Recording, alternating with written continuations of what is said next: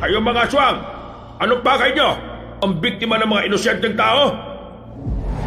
Hindi pa ito ang oras para magdiwang at magsaya. Buhay pa ako at kaya ko silang buhayin muli. Huwag ka magkalala, Hermana Auring. Kung papatayin mo ko, isasama kita!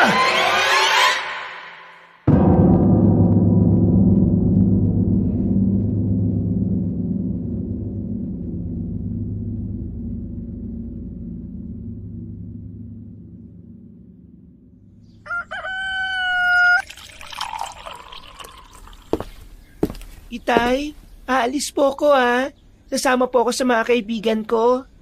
Oh, bakit? Saan ba kayo pupunta? Mukhang nakabihis ka. Kinain pong duroy po. Dadalo sa pagsamba na gaganapin doon. Pagsamba? Bakit? Kailan ba naging pare ang matandang yon? Si tatay naman Ganito po kasi yan. May dumating dito na ipinadala raw ng simbahan. Grupo sila ng mga kababaihan. At nagtuturo sila kung paano mas magiging malapit sa Diyos. Pinamumunuan sila ni Hermana Auring. Sigurado ka pa riyan, Nena. Mamaya, baka dahilan mo lang yan. Kung gusto mong magnobyo, gusto ko binata maligaw sa'yo. Dito mo siya dalhin sa bahay at hindi sa kung saan-saan. Huwag po kayo mag-alala, Tay. Wala po ako nobyo. Lalong-lalo na, wala akong manliligaw. Kung meron man, ikaw ang unang makakaalam. O siya, sige na. Basta mag-iingat ka, ha? Umuwi ka kagad pagkatapos ng pagsamba ninyo. Isa pa pala. Kilatisin mong maigi ang pinakikisamahan mo ron. Baka mamaya hindi totoong mananampalataya ang mga yon. Sige po, kikilatisin ko po muna sila. Ako na pang bahala, Tay.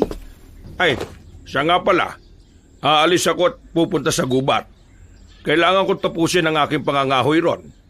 Sige po, nag-iingat po kayo riyon, Tay. Ay teka, uuwi ka ba mamayang tanghalian?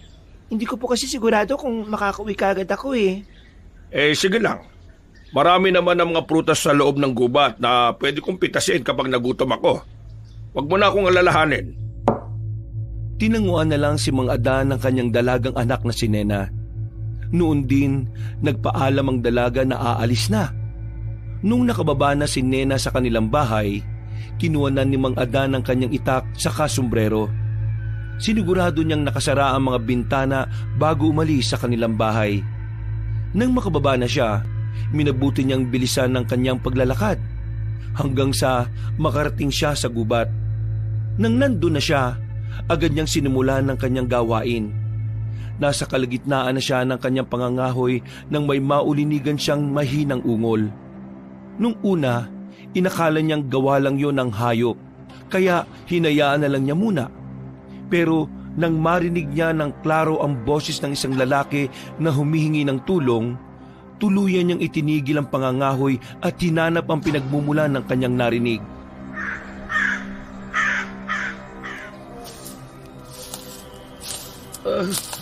Tulungan mo ako. Maawa ka sa akin. Sino ka? Puno ka ng sugat, ha? Ano ba nangyari sa iyo? Halika, tutulungan kita't gagamutin. Sandali lang. Sina Hermana, sila ang may gawa nito. Sinubukan ko silang pigilan pero inatake nila ako.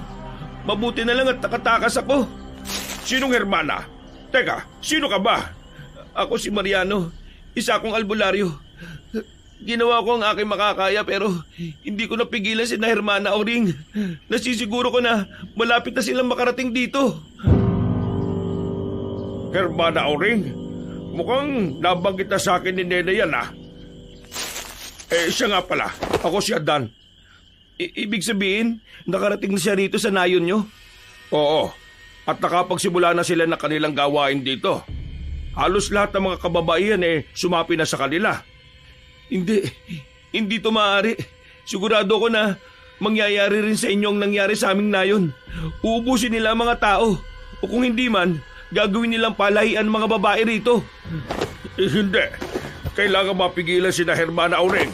Teka, paano mo nasabing uubusin nila ang mga tao? Dahil hindi lamang sila mga kulto. Mga aswang sila na nagtatago sa kabanalan. Huwag niyong hahayaan na mangyari rito nangyari sa nayon namin.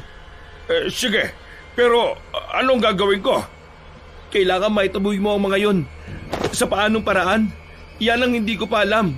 Pero sige, para may panlamang ka kina Hermana Uring, may ibibigay ako sa inyo. Ano bang gusto mong ibigay sa akin? Talaga bang magagamit ko yan?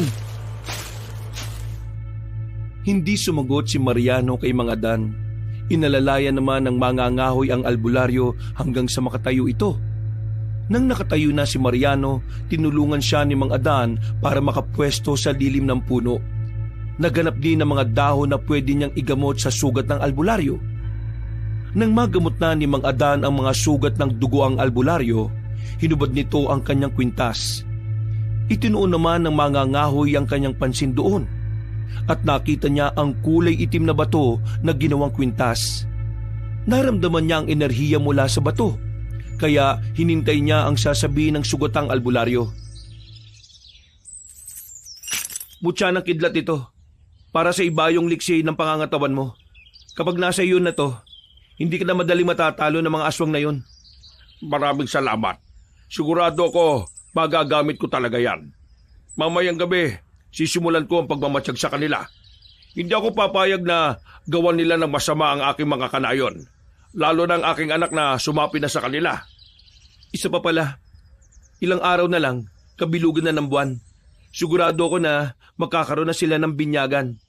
Tuluyan na magiging kasapi ng kanilang kongregasyon ang mga miyembro nila rito. Kinakailangan ko silang pigilan. Hindi ako papayag na magtatagumpay sila sa kanilang pakay rito. Teka, halika muna sa bahay namin. Kailangan mo ng pahinga. Huwag na. Mas lalo lang kayo mapapahama kung patutuloyin niyo ako sa bahay niyo. Ang importante sa ngayon, alam mo na ang totoong kulay ni na Hermana Uring. Wala akong pakialam kung mapahama kami. Halika na. Saka mo na isipin ang kaligtasan namin. Ang importante sa ngayon ay makapagpahinga ka. Dinala ni Mang Adan si Mariano sa kanilang bahay. Nung naroon na sila, nagluto na muna ang mga ngahoy ng lugaw para ipakain sa sugatang binatang albularyo. Nang matapos kumain, hinayaan niya si Mariano na magpahinga para makabawi ng kanyang lakas. Nung malapit ng dumilim, dumating na rin si Nena sa kanilang bahay. Nakita naman ni Mang Adan ang gulat sa mukha ng kanyang anak. Kaya ipinaliwanag niya ang patungkol kay Mariano. Mas pinili na rin niyang ilihim ang totoong pagkatao ng albularyo para sa proteksyon nila. Nena, si Mariano nga pala. Anak siya ng kaibigan ko na mula sa kabilang baryo. Magandang araw, Mariano. Teka, bakit puro sugat ang katawan mo? Ano ba nangyari sa'yo? Ha? Kasi ano Ay nako anak, nagkaroon ng gulong kanilang pamilya. Mabuti nga't nakarating siya rito eh. Oo, tama si Mang Adan. Mabuti na lang talaga at nakatakas ako mula sa mga kaaway ng pamilya ko. Kung nagkataon, baka pati ako napatay na nila. Napatay nila ang lahat ng kapamilya mo? Diyos ko po, mabuti naman at nakatakas ka. Huwag ka mag-alala, ligtas ka rito. Ay siya nga pala, Nena. Kumusta ang pagsamba ninyo? Ano ang balita? Ayos lang naman po, Itay. Sa kabilugan ng buwan, magkakaroon daw ng binyagan. Magiging ganap na akong kasapi ng kongregasyon ni na Hermana Uring. Mas papapalapit na ako sa Diyos, Itay.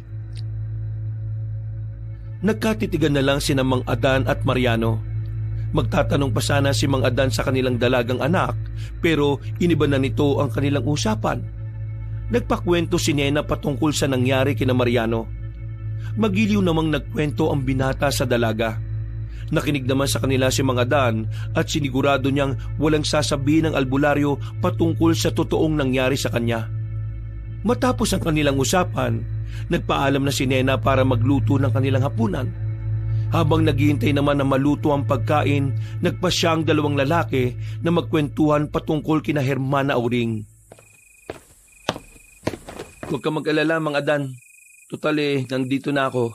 Tutulungan kita. Hintayin mo lang na gumaling ang sugat ko. May utang pa sila sa akin. At hindi ako papayag na mauwi lang sa wala ang ginawa nila sa kanayong ko. Kinakailangan natin mapagplanuhan ang ating gagawin. Kung mga kultong aswang sila, natitiyak kong malalakas sila. Tama kayo, Mang Adan. Nagkukunwari lang silang mahina. Pero ang totoo, may angkin silang kabangisan na hindi pa nasusumpungan ng halos lahat ng mga tao. Mamayang gabi, kapag tulog na ang halos lahat ng mga tao, aalis ako at pupunta sa bahay ni Impong Duroy. Impong Duroy? Sino naman siya? Sa kanyang bahay nakituloy si na Hermana Oring. Malamang, kasapi na nila matandang yon. Imposible. Mga babae lang ang kasapi ng kanilang grupo. Kung maging kaanib siya ng kongregasyon, posible na mataas ang kanyang katungkulan sa kanilang grupo. Yan ang ating aalamin. Darating ang araw at matutuklasan natin ang mga sikreto nila. Natigil na lamang ang kanilang pag-uusap nang lumapit sa kanila si Nena. Dahil luto na ang kanilang hapunan, nagpasya silang kumain na muna. Pagkatapos nila, nagkwento si Nena patungkol sa kung gaano kaganda ang pagtrato sa kanila ni Hermana Oring. Sinabi rin nito kung gaano sila kapalad dahil nakasali sila sa grupong yun. Sinakyan na lamang ni Mang Adan ang kwento ng kanyang anak, pero patuloy pa rin niya itong pinaalalahanan patungkol sa naturang kongregasyon. Mas idinitalye na rin ni Nena ang gaganaping binyag sa kanila pagdating ng kabilugan ng buwan. Dahil gusto niyang siya mismo ang makakaalam ng lihim ni Nena Hermana Oring, hindi na muna niya tinutulan ang pagpapabinyag ng kanyang anak. Alam niyang ilang araw pa ang paghahanda niya para sa nalalapit na kabilugan ng buwan, kaya hindi siya gaanong nabahala. Makalipas ang halos 1 oras na pagkukwentuhan, nagpaalam na si Nena na matutulog. Naiga na rin si Mang Adan sa kanyang banig, pero kahit na anong gawin niya ay hindi siya makatulog. Makaraan ng ilang oras, Mariano, aalis muna ako. Pupunta ako kina Impong Duroy. Baka may makuha akong impormasyon sa Hermana na yon. sasama ako sa inyo Mang Adan. Makakatulong ako sa inyo kung sakali. Wag na. Sariwa pa mga sugat mo. Magpahinga ka na lang dito. Isa pa, wala kasama si Nena rito sa bahay. Basta, may tiwala ako sa'yo. Huwag mo sanang sirain yon, Mariano. Huwag kayong mag-alala, Mang Adan. Alam ko ang tinutukoy nyo. Hindi ako ganong klase ng lalaki. Nandito ako para puksain ng mga kultong aswang. Wala ako dito para manamantala ng ibang tao. Ay sige na, alis na muna ako. At baka mapatunayan ko pa ang totoong pagkatao ng mga dayong yon. Mag-iingat ka, Mang Adan. Tuso ang mga aswang na yon. Huwag ka magpapalinlang sa kanila, ha? Sige, hindi rin naman ako magtatagal doon. Basta huwag ka magpapahuli sa kanila. Baka kung anong gawin nila sa'yo. Napatango na lang si Mang Adan sa sinabi ni Mariano sa kanya. Kinuha niya ang kanyang itak at sombrero saka nagmamadaling bumaba sa kanilang bahay. Dahil maliwanag ang buwan, alam niyang hindi siya mahihirapan sa pagbaybay ng daan patungo sa bahay ni na Impong Duroy. Nasa kalagitnaan na siya ng kanyang paglalakad nang makaramdam siya ng init na nagmumula sa suot niyang mutya ng kidlat. Pakiramdam niya'y may gustong ipahiwatig yon. Kaya minabuti niyang mag-ingat. Saktong pagdating niya sa labas ng bakuran ni na Impong Duroy, Halos 5 araw na kami nandito. Pero ang inihahain mo sa amin ay puro gulay. Sawa na kami ron. Gusto namin karne na ang aming magiging pagkain. Karne? Saan naman ako kukuha ng karne? Bibihira lang ang mga naglalako ng karne rito. Isa pa, malayo ang bayan. Kaya hindi agad tayo makakapunta roon. Problema ba yon? Maraming karne rito sa nayon ninyo. May karne na mga hayop at karne na mga tao. Anong gusto niyong gawin ko? Papatay ako? Paano kung mahuli ako ng mga taga rito? Siguradong mamili ka lang. Gagawin mo ang sinasabi ko o kami mismo ang gagawa niyan para makagulo rito? Huwag ka lamang magulat kapag magigising kang dumadanak na ang dugo rito sa baryo ninyo. Sige na, magapunan na tayo nang makapagpahinga. napalunok ng kanyang laway si Mang Adan dahil sa kanyang narinig. Napatitig siya kay Impong Duroy, pero hindi nito mawari kung ano ang saloobin ng matanda. Nang pumasok na sila sa loob ng bahay, nagpasya si Mang Adan na pumunta sa bandang likod. Pagdating niya roon, umakyat siya sa bakod at lumapit sa dingding ng kusina.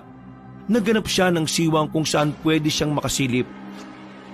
Pero sa hindi inaasahan, may nasagi siyang lata na naging rason para makagawa siya ng ingay. May tao nakapasok dito sa bakuran mo, Impong Doroy. Sandali at titingnan ko kung sino mapangahas na yan. Dakpin mo siya at pagsasaluan namin ang kanyang laman. Masusunod, Hermana Uring. Sige na, Impong Doroy. Ang mga kagaya ng taong yan ay dapat na mamatay. Baka kung ano pa ang gawin niya sa atin. Nagmamadaling magtago si Mang Adan. Nang makapagkubli na siya, nakiramdam siya sa paligid. Makalipas ang ilang sandali, lumabas si Impong Doroy na may hawak na itak. Lalabas na rin sana si Mang Adan para kumprontahin ang nasabing matanda, pero natigilan siya nang makitang nasa likuran ng matanda si Hermana Uring. Walang tao rito. Mga kumpusa lang yun, Hermana Uring. Hindi ako naniniwala. May naamoy akong tao sa paligid. Alam kong nandito lang siya. Halugugin natin ang buong bakuran mo. Sige, Hermana Uring. Huwag mong pakawalan kapag nahuli mo na. Ibalato mo sa akin ang taong yon. Matagal na rin akong hindi nakakatikim ng sariwang atay. Huwag kayong mag-alala. Ibibigay ko sa inyo kung sino mang mapangahas na pumasok dito. Halos hindi makapaniwala si Mang Adan sa kanyang nasaksihan. Lumakas ang kabog ng kanyang puso. Hindi dahil sa takot na kanyang nararamdaman, kung hindi dahil sa galit. Habang naghahagilap sa kanya ang dalawa, pasimple siyang lumabas sa kanyang pinagtataguan.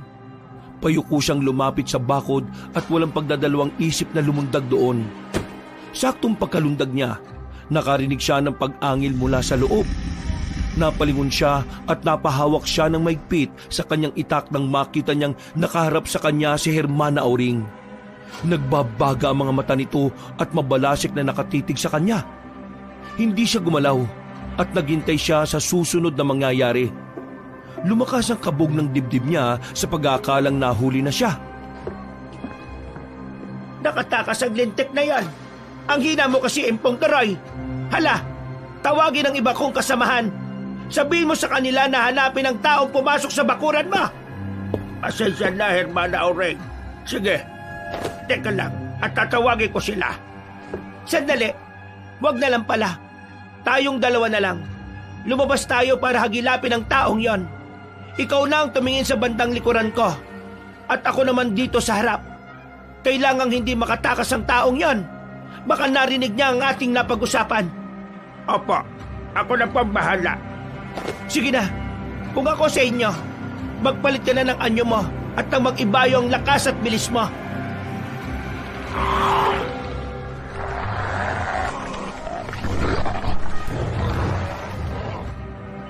Eto na, Hermana Uring. Nasaan yung aswang na ako? Sige na, at tutungo na ako sa likuran. Napanganga na lang si Mang Adan nang makita niya ang anyong aswang ni Impong Doroy. Hindi niya inaakala na ang matandang mahina lang sa unang tingin ay isa rin palang aswang. Dahil mukhang seryoso na ang dalawa na mahuli siya, napagpasyahan niyang umuwi na lang sa kanila. Nasa kalagitnaan na siya ng kanyang pagtakbo nang may marinig siyang mabibilis na yabag na humahabol sa kanya. Nang una, isinantabi lang yon ni Mang Adan. Pero nang mapansin niyang uminit ang kanyang mutya ng ngipin ng kidlat, mas lalo pa niyang binilisan ang pagtakbo niya. Pagdating niya sa labas ng kanilang bakuran, nakiramdam muna siya sa paligid. Nang masiguro niyang wala nang nakasunod sa kanya, pasimple siyang pumasok sa kanilang bahay. Naiga siya at sinubukang umidlip. Pero dahil sa pangamba niya, hindi siya nakatulog ng maayos. Naging ganoon ang kanyang sitwasyon sa paglipas ng mga araw. Isang gabi, habang tulog si Nena, may narinig na ingay sa malayo si Mang Adan. Bumangon siya at minatyagan kung saan yun nagmumula. Napagtanto din niyang gising din ang binatang albularyo. Kaya lumapit siya kay Mariano. Akala ko ako lang ang gising. Mariano, narinig mo ba ang ingay na nanggagaling sa malayo? Oo, Mang Adan. Sa palagay ko, sa kabilang baryo yan nagmumula. Yan din ang aking kutob. At teka, titingnan ko muna sa kalendaryo kung kailan ba ang kabilugan ng buwan. Oh, Mga Dan, kailan ba ang kabilugan ng buwan? Bukas na ng gabi, Mariano. Kung tama ang kutob ko, ang ingay na ating narinig gawa ng mga aswang. Baka nang bibiktima sila at nandudukot para may pagpiestahan sila. Ano na ngayon ang plano mo? Kailangan mapigilan ko ang pambibiktima ng mga aswang na yan. Hindi ako papayag na maghahasik sila ng lagim dito. Aalis ako. Sasama na kita. Baka marami sila't mahirapan ka. Pero mahina ka pa, Mariano. Baka hindi pa kaya ng katawan mo. Magpahinga ka na lang dito.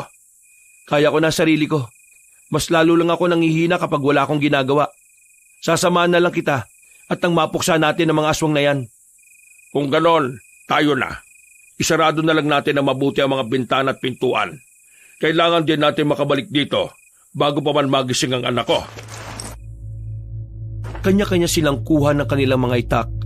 Nang masiguro na nilang nakasara na ang mga bintana, bumaba sila at isinarado na ng maayos ang pintuan. Dahil patuloy ang naririnig nilang sigawan, binilisan nila ang kanilang paglalakad patungo sa kabilang baryo. Nasa kalagitnaan na sila ng kanilang paglalakad nang mapansin nilang parang nagiging madilim ang buwan. Mukhang hindi magandang senyalis na yan, mga Dan. Maliwanag ang buwan, pero tingnan nyo, parang may kung anong maharang dyan. Hindi. Kahit na ano pa mang signo sa magbigay na babala sa atin, kailangan nating mapigilan ng mga aswang.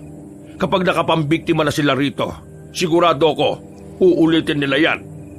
Tama ka, mga Dan. Kung kinakailangan natin suungin ang panganib na dulot ng senyalis ng kalikasan, gagawin natin. Oo. At isa pa, kailangan mawala na rin ang mga kultong aswang na yan dito. Sandali. Paano kaya natin magagawang pigilan ng gaganaping binyagan bukas? Mamaya na lang natin isipin ang bagay na yan. Sa ngayon, iligtas muna natin ang mga biktima ng mga aswang, kung meron man. Ipinagpatuloy nila ang kanilang paglalakad hanggang sa malapit na silang makarating sa kabilang baryo. Walang ano-ano, may narinig silang ingay na papalapit sa kanila. Napatitig na lang si Mang Adan kay Mariano at nagkasundo silang magtago na muna. Habang nakakubli sa likod ng malaking puno, nakiramdam sila sa kanilang paligid. Ilang sandali pa, may narinig silang mga yabag at ungol. Kaya iginala nila ang kanilang paningin sa paligid. Napailing na lang silang dalawa nang makita nila ang tatlong aswang na may kanya-kanyang buhat na sako. Nang mapansin nilang gumagalaw ang laman ng sako, napagtanto nilang posibleng tao ang laman nun. Harangan natin ang mga aswang na yan. Maghintay muna tayo ng ilang minuto. Malakas ang kutob ko na may iba pang paparating. Sandali. Ako na munang lalabas para sitayin ang mga yan. Huwag, Mang Adan. Baka kung mapano kayo. Dito lang kayo. Ako ang haharang sa kanila. Isa akong albularyo. Kaya alam ko na hindi nila ako madaling matalo. Mahina ka pa, Mariano. Baka matalo ka lang nila. Magtiwala ka lang. Ako ang bahala. Alam ko ang ginagawa ko, Mang Adan. O siya, sige. Pero kung makikita ko na nalalagay ka na sa alanganin, lalabas ako para tulungan ka, ha? Lumabas si Mariano sa kanilang pinagtataguan.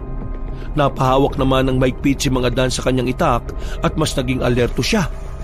Habang papalapit sa mga aswang ang binatilyong albularyo, iginala naman niya ang kanyang paningin sa paligid.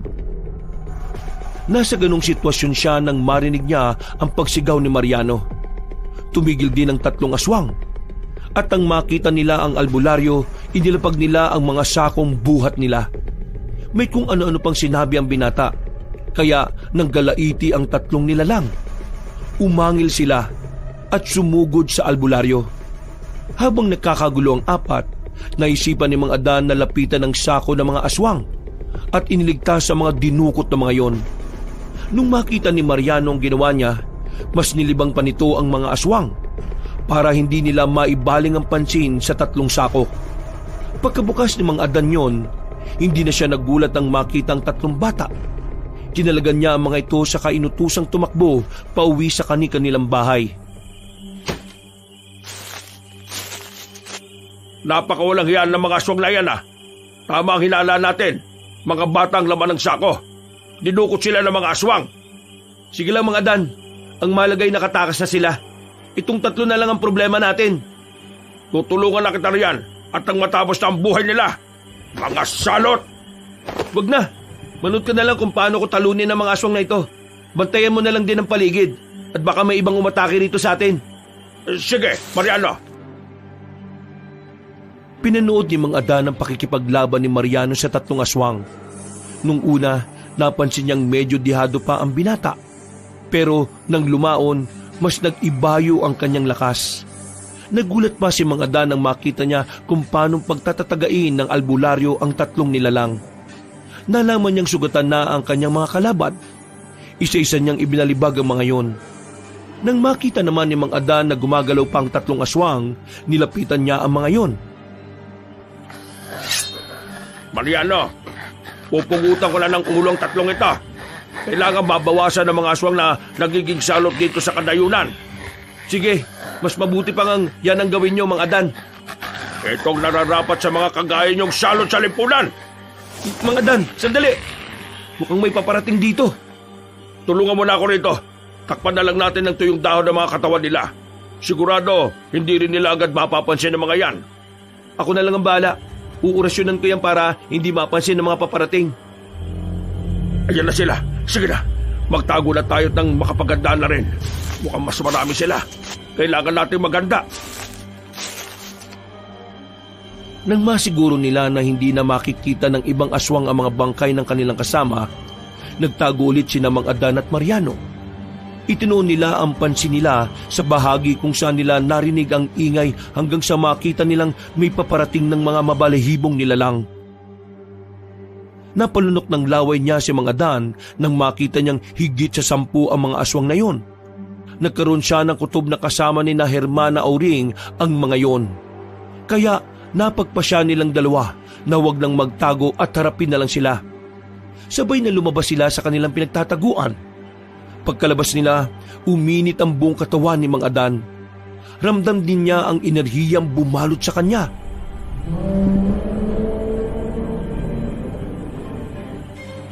Kayo mga aswang!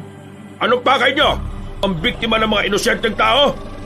Inakala ba ninyo na malaya kayong gawin ang bagay na yan? Nagkakamali kayo! Pipigilan namin kayo sa abot ng aming makakaya!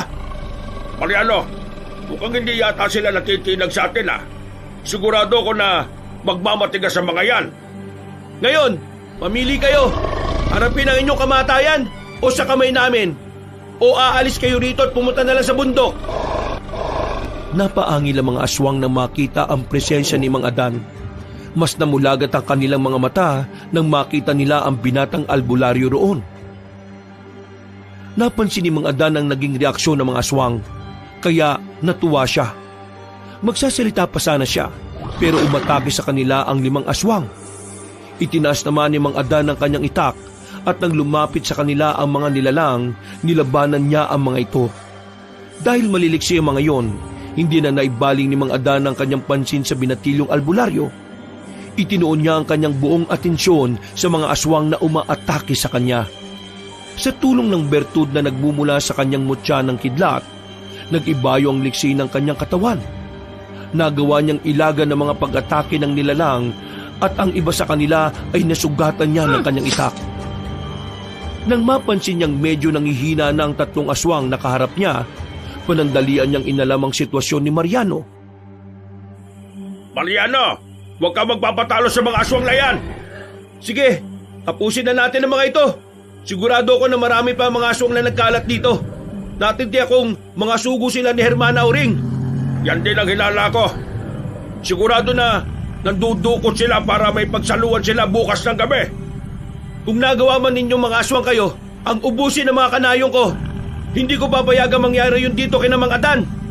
Ganyan nga, Mariano. Hindi dapat kaawaan ng mga nilalang na ito. Mas pinag-igihan ni Mariano ang pakikipaglaban sa mga aswang. Napangiti naman si Mang Adan nang makita niya ang ginagawa ng binatang albularyo. Dahil halos wala ng lakas sa mga aswang na katunggali niya. Naging madali na para sa kanya ang mapabagsak ang mga ito. Nang nakahandusay na sa lupa ang 3 nilalang, isa-isang nilapitan ni Mang Adan ang mga ito at gininitan sa lieg. Nang maisip niyang baka mabubuhay pa ang mga yon, napagpasya niyang pugutan na lang sila ng ulo. Matapos gawin yun ni Mang Adan, napalingon siya kay Mariano. Napalunok siya ng kanyang laway at napamura nang makitang medyo dihado sa tatlong nilalang ang nasabing albularyo. Dahil dito, patakbo siyang lumapit sa kanila at tinaga sa likuran ng isang aswang. Napalingon sa kanya ang nilalang. Kaya bago pa man ito makasunggab sa kanya, muli niya itong tinaga. Tinamaan sa lieg ang aswang, kaya nabuwal yon sa lupa. Mariano, patayin mo lang ang dalawang yan. Ang mga nilalang na ito hindi dapat kasindakan. Sige, ito na mga Dan. Gagawin ko rin ang ginawa mo sa mga nakalaban mong aswang. Magaling. Kailangan huwag ka magpatalo sa mga negatibong emosyon mo. Tatandaan ko sinabi mong yan mga Dan. Sa ngayon, ito muna ang aking aatupagin.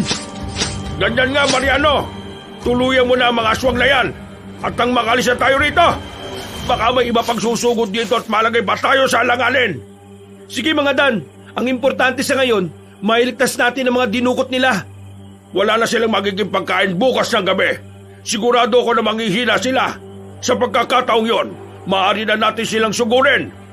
Pero kailangan na rin natin magbantay sa paligid mga Dan. Baka may iba pang mga aswang dito at posible na mandudukot pa ng mga bata. Sige, mas maigi siguro kung rumonda tayo ngayong gabi. Umuwi na lang tayo kapag tumilaok na ang mga tandang. Sigurado, magdadalawang isip na ang mga aswang na mambiktima niyan. Tama ka mga Dan.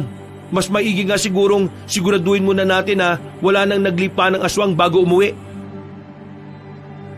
Nang masiguro nilang patay na ang lahat ng mga aswang, nagpatuloy sila sa kanilang pagronda. Nilibot nila ang kanayunan hanggang sa tuluyan na nilang narinig ang pagtilaok ng mga tandang. Noon din, napagdesisyonan nilang umuwi na. Dulot ng kanilang antok, nakatulog sila ng mahimbing. Pagkagising ni Mang Adan, nagulat siya nang malamang wala na roon si Nena.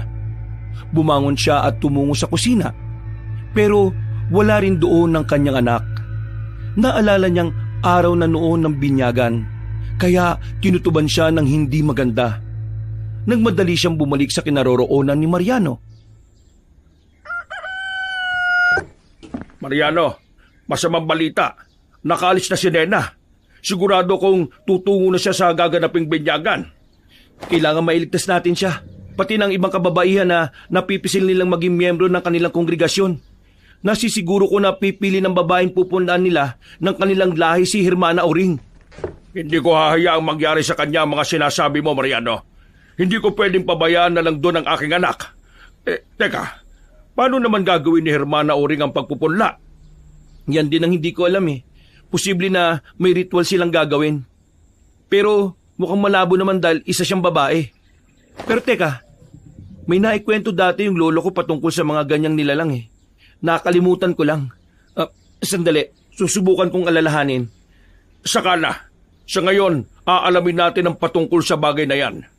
Halika, kumain na muna tayo ng agahan. Kailangan may lakas tayo sa pagharap sa kanila. Nang matapos na sila sa pagkain, hinasa nila ang kanilang mga itak. Binasbasan din ni Mariano si Mang Adan para magkaroon ito ng poder sa kanyang katawan. Matapos yun, nagpasya na silang dalawa na umalis para puntahan ang matandang kasama ni na Hermana Oring. Pareho silang may kutob na nandun lang ang mga babaeng bibinyagan ng lider ng kulto. Kaya kinailangan nilang iligtas sila. Pagdating nila sa tapat ng bakuran ni Impong Duroy, ilang beses pa silang tumawag. Nang wala man lang tumutugon sa kanila, dumampot na si Mariano ng gakamaong bato. Pipigilan pa sana siya ni Mang Adan, pero nagawa na niyang ibato yon sa bubungan ng bahay na matanda. Sino yan? Natutulog ang tao rito eh. Disturba. Sino ang... Ha? Adan? Anong ginagawa mo rito, ha? Impong Duroy, alam kong nandito ang anak ko. Anong ginawa niyo sa kanya? Sa kanila? Ilabas na ninyo ang mga babaeng bibinyagan ni Hermana Oring. Alam ko ang tunay niyang pagkatao. Gagamitin ka lang niya para sa pansariling interes. At sino ka para pagsabihin ako? Hindi mo lang alam kung gaano kalaki ang naging tulong sa akin ng grupo ni Hermana Oring.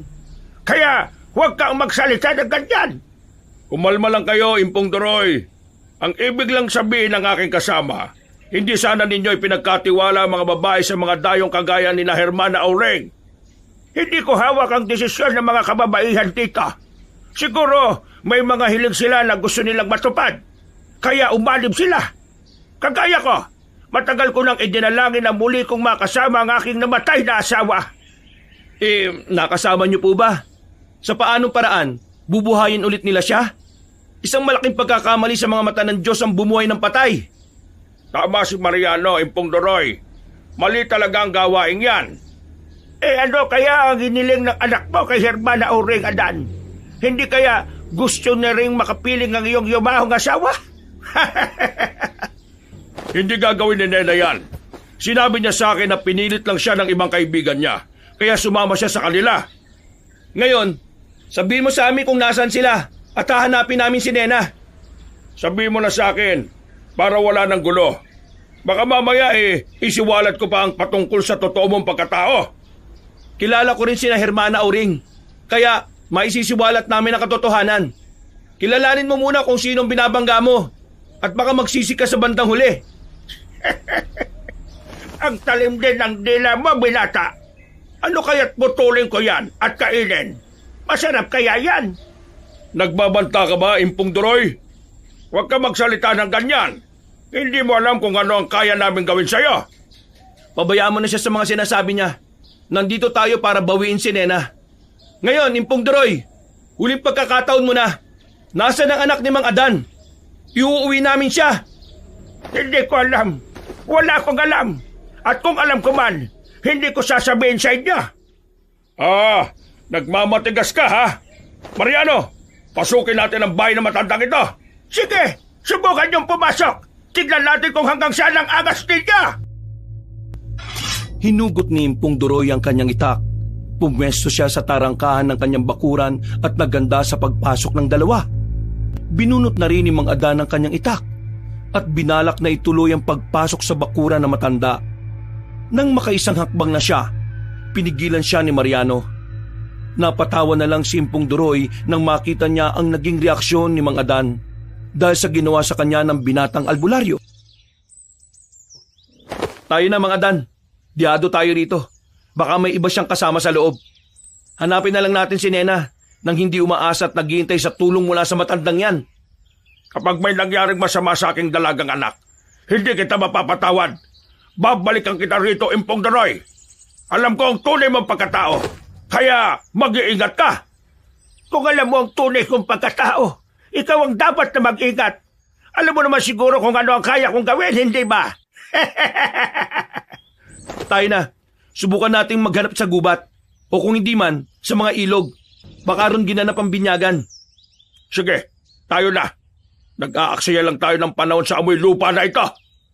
Mas mabuti pa nga na umalis na lang kayo. Disturbo kayo sa tulog ko. Babalikan ka namin mamaya, Impo. Siguraduhin mo lang na kaya mong ipaliwanag ang lahat ng mga nangyari. Alam kong may kinalaman ka sa lahat ng ito. Magmula pa nung unang dating ng mga kultong aswang dito. Huwag mo kaming paratangan. Alam kong malinis ang hangarin ni na Hermana Uring dito sa nayon. Ha? Talaga lang ha? Bakit hindi mo itanong sa kanya ang ginawa niya sa Baryo Masinag? Sa baryo namin.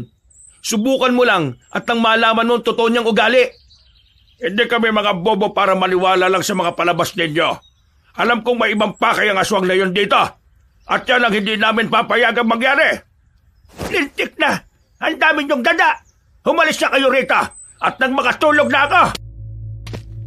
Minabuti ng dalawa na umalis na sa tapat ng bakuran ni Impong Doroy. Hanggang sa mga panahong yon, nanginginig ang laman ni Mang Adan dahil sa matinding galit. Minabuti nilang dalawa na bilisan ang pagpunta sa gubat para alamin kung nandoon ang binyagan na mangyayari. Nang makarating sila sa labas ng gubat, nagmatsyag muna sila sa paligid. Nang wala naman silang naririnig na ingay, nagpasya sila na umikot at magsimulang maghanap sa dulong bahagi ng gubat. Mukhang wala sila rito sa gubat Napakatahimik dito. Sigurado ako na dinala ni na Hermana Uring ang mga babae sa ilog at doon bibinyagan. Sige, mas maigi nga kung doon na lang tayo dumiretso. Baka kung ano na nangyari sa anak ninyo, Mang Adan. Yan din ang aking ipinag-aalala. Hindi ko mapapatawad ang sarili ko kung merong masamang mangyari kay Nena. Bilisan na lang natin ang ating paglalakad at makarating kaagad tayo sa ilog. Sige, Ako na mauna dahil kabisado kong daan patungo roon. Mas maigi pa nga, Mang Adan. Tayo na, at baka magtagumpay pa ang mga kultong aswang sa kanilang binabalak. Nagmadali silang naglakad hanggang sa makarating sila sa ilog. Sinubukan nilang halugugin ang bawat bahagi roon. Binaybay na rin nila ang pangpang at umaasa sila na makikita nila ang mga babaeng bibinyagan ni na Hermana Auring. Makaraan ng ilang oras na paghahanap, wala silang nakitang kahit na anong bakas na mga tao roon. Parehong napakunot noo si Mang Adan at Mariano dahil wala silang ideya kung saan bibinyagan ng mga babae. Kinakailangan nating mahanap si Nena bago pa man dumilim. Sigurado ko na kung aabutan sila ng takip silim, magtatagumpay na ang aswang sa kanilang binabalak. Ano ang ibig mong sabihin, Mariano? Dahil nagawa natin pigilan ng pagdudukot ng mga kasama ni na Hermana Auring, nasisiguro ko na kukuha sila sa mga babaeng bibinyagan nila at gagawing pagkain. Hindi. Baka si Nena ang kanilang mapili. Baka kung anong gawin nila. Kailangang hanapin natin siya nang mailigtas. Sige, maghanap pa tayo sa bandang dulo. Siguradong nandito lang sila. Tatalasan ko na rin ang aking pakiramdam para mas madali natin silang mahanap. Mas pinag-igihan nila ang kanilang paghahanap. Pero hanggang sa unti-unti nang dumidilim ang paligid ay hindi pa rin nila mahanap ang mga babae at maging ang mga kultong aswang. Nabahala na si Mang Adan sa kanyang anak. Kaya nagsuwestyon siyang bumalik na lang sa bahay ni Impong Duroy para usisain ng husto ang matanda. Nasa kalagitnaan na sila ng kanilang paglalakad nang makarinig sila ng mga ingay ng babae sa hindi kalayuan. Mukhang sila na yan. Halika, Mariano. Hahanapin natin kung saan nagbumula ang ingay. Sige, malakas ang kutob ko na yan na mga babaeng bibinyagan ni na Hermana Auring. Sana ay kasama nila si Nena. Kinakailangang maiuwi ko ng ligtas ang aking anak. Sige na, bilisan natin mga Dan. Pero kung hindi man natin mahanap ang mga babaeng yan, pupunta tayo sa bahay na matanda. Oo, siya lang ang makakapagturo sa atin kung nasaan si Nena. Huwag lang siyang magmatigas dahil sisiguraduhin kong mamamatay siya. Hindi ako natatakot sa kanya. Dahil papalayo na sa kanila ang ingay na naririnig nila, nagdesisyon ng dalawa na bilisan ang kanilang paglalakad para maabutan yun. Unti-unti na ring lumitaw ang bilog na buwan sa kalangitan. Kaya hindi sila nahirapan na baybayin ang daan. Habang papalapit sila sa ingay ng mga kababaihan, mas lumakas ang kabog ng puso ni Mang Adan. Napansin din niyang nag-init ang kanyang buong katawan. Sasabihin pa sana niya yon kay Mariano pero nalaman niyang ganun din ang nararamdaman ng binatilyong albularyo. Teka, parang papalayo sila sa ilog ah. Hindi kaya may iba silang pupuntahan? Baka kung saan nila dalhin si Nena. Halika na Mang Adan. Sundan na natin sila bago pa man sila makalayo. Mas maigi pa nga. Kailangang maiuwi ko si Nena. Baka kung ano pa ang gawin ni na Hermana Auring sa kanya. Mga nagtatawa ng mga babae. Mga Dan, ayun sila oh. Halika, lapitan natin. Wag. Kailangan natin makasiguro na walang mga kalaban dyan. Mamaya, baka patibong lang yan sa atin. Mas maigi kung ikutan natin sila. Sige, maganda na isip nyo. Sa parang yan, makikita natin ang itsura ng mga babaeng yan at malalaman natin kung kasama nila si Nena. Ayun, nakuha mo rin kung anong nasa isipan ko. Tayo na, Mariano. Maingat silang gumalaw para walang kahit na sino sa mga nandoon na makakita sa kanila. Habang naglalakad, sinulya pa ni Mang Adan ang mga babae. Inalam din niya kung may mga aswang doon, pero wala siyang nakita. Nagtaka pa siya kung bakit parang wala sa tamang pag-iisip ang mga babaeng yun. Noong makapwesto na sila sa unahan ng mga kababaihan, sinipat nila ng mabuti ang mga yon. Mga Dan, bakit parang wala dyan si Nena? Hindi kaya nagkamali lang tayo ng hinala? Baka hindi yan yung mga kasama niyang bininyagan. Hindi ako pwede magkamali. Sila yan. Kilala ko mga kababaihan dito sa baryo. Kung ganun, bakit kaya hindi nila kasama si Nena? Iyan ang hindi ko alam. Sandalit aalamin ko. Lalapitan ko sila at uusisain. Sige na Mang Adan, para naman alam natin kung nasan si Nena. Noon din, lumabas si Mang Adan sa kanyang pinagtataguan. Lumapit siya sa mga babae na patuloy pa rin sa paglalakad habang nagsasaya. Sinubukan niyang magtanong sa kanila, pero hindi sila sumagot sa kanya. Nang nakaramdam na ng inis si Mang Adan, itinaas niya ang kanyang kamay na may hawak na itak. Muli siyang nagtanong, ngunit ganun pa rin ang kalagayan ng mga babae. Magsasalita pa sana siya, pero natigilan siya nang makarinig siya ng pagyabag sa kanyang likuran. Mga Dan, mukhang wala talaga sila sa mga sarili nila. Sigurado ako na may ginawa sa kanila si Hermana Auring. Eh anong gagawin natin? Nasisiguro ko na may ginawa silang hindi maganda kay Nena. Sa ngayon, mas mabuti kung dalhin muna natin sa ligtas na lugar ang mga babaeng to. Kapag pababayaan na lang natin sila rito, sigurado na kakainin sila ng mga aswang. Panigurado nga, bilog ang buwan at hindi imposible na may bibiktimahin na naman ang mga aswang. Dalhin na muna natin sila sa ligtas na lugar. Bukas, gagamutin ko sila. Sa ngayon, siguraduhin na muna natin hindi sila mabibiktima ng mga aswang. May alam akong yungib dito sa aming nayon. Doon natin sila itatago at sigurado hindi sila mahanap ng mga aswang. Sige mga Dan, para kapag naging ligtas na ang mga babaeng ito, may pagpapatuloy na natin ang paghahanap kay Nena. Mabilis lang naman ito. Sige, ako nang bahalang umagapay sa kanila. Baka kung saan pa sila mapunta kung hahayaan lang natin dito Tutal, ako naman ang nakakaalam kung saan naroroon ang yungib. Mas mabuti pa nga mga Dan, dito na lang ako sa likuran pupwesto at nang may magbantay sa mga babaeng ito. Sinimulan na ni Mang Adan ang paggabay sa mga babae. Nasa kalagitnaan na sila ng kanilang paglalakad nang makaramdam siya ng kakaiba. Saglit siyang natigilan at pinenyasan si Mariano na kung maaari ay magmatsyag sa kanilang paligid. Nang mga sandaling yon, uminit na ang kanyang suot na mutya. Alam niyang may panganib na nakaamba sa kanila. Kaya inihanda niya ang kanyang sarili sa kung anuman mangyayari.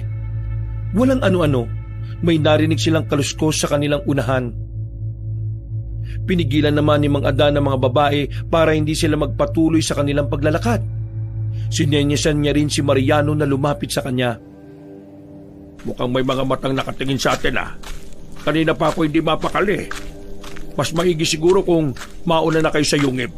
Sisiguraduhin ko lang na walang aswang na nakasunod sa atin. Diretsuhin nyo lang ang daanan na yan.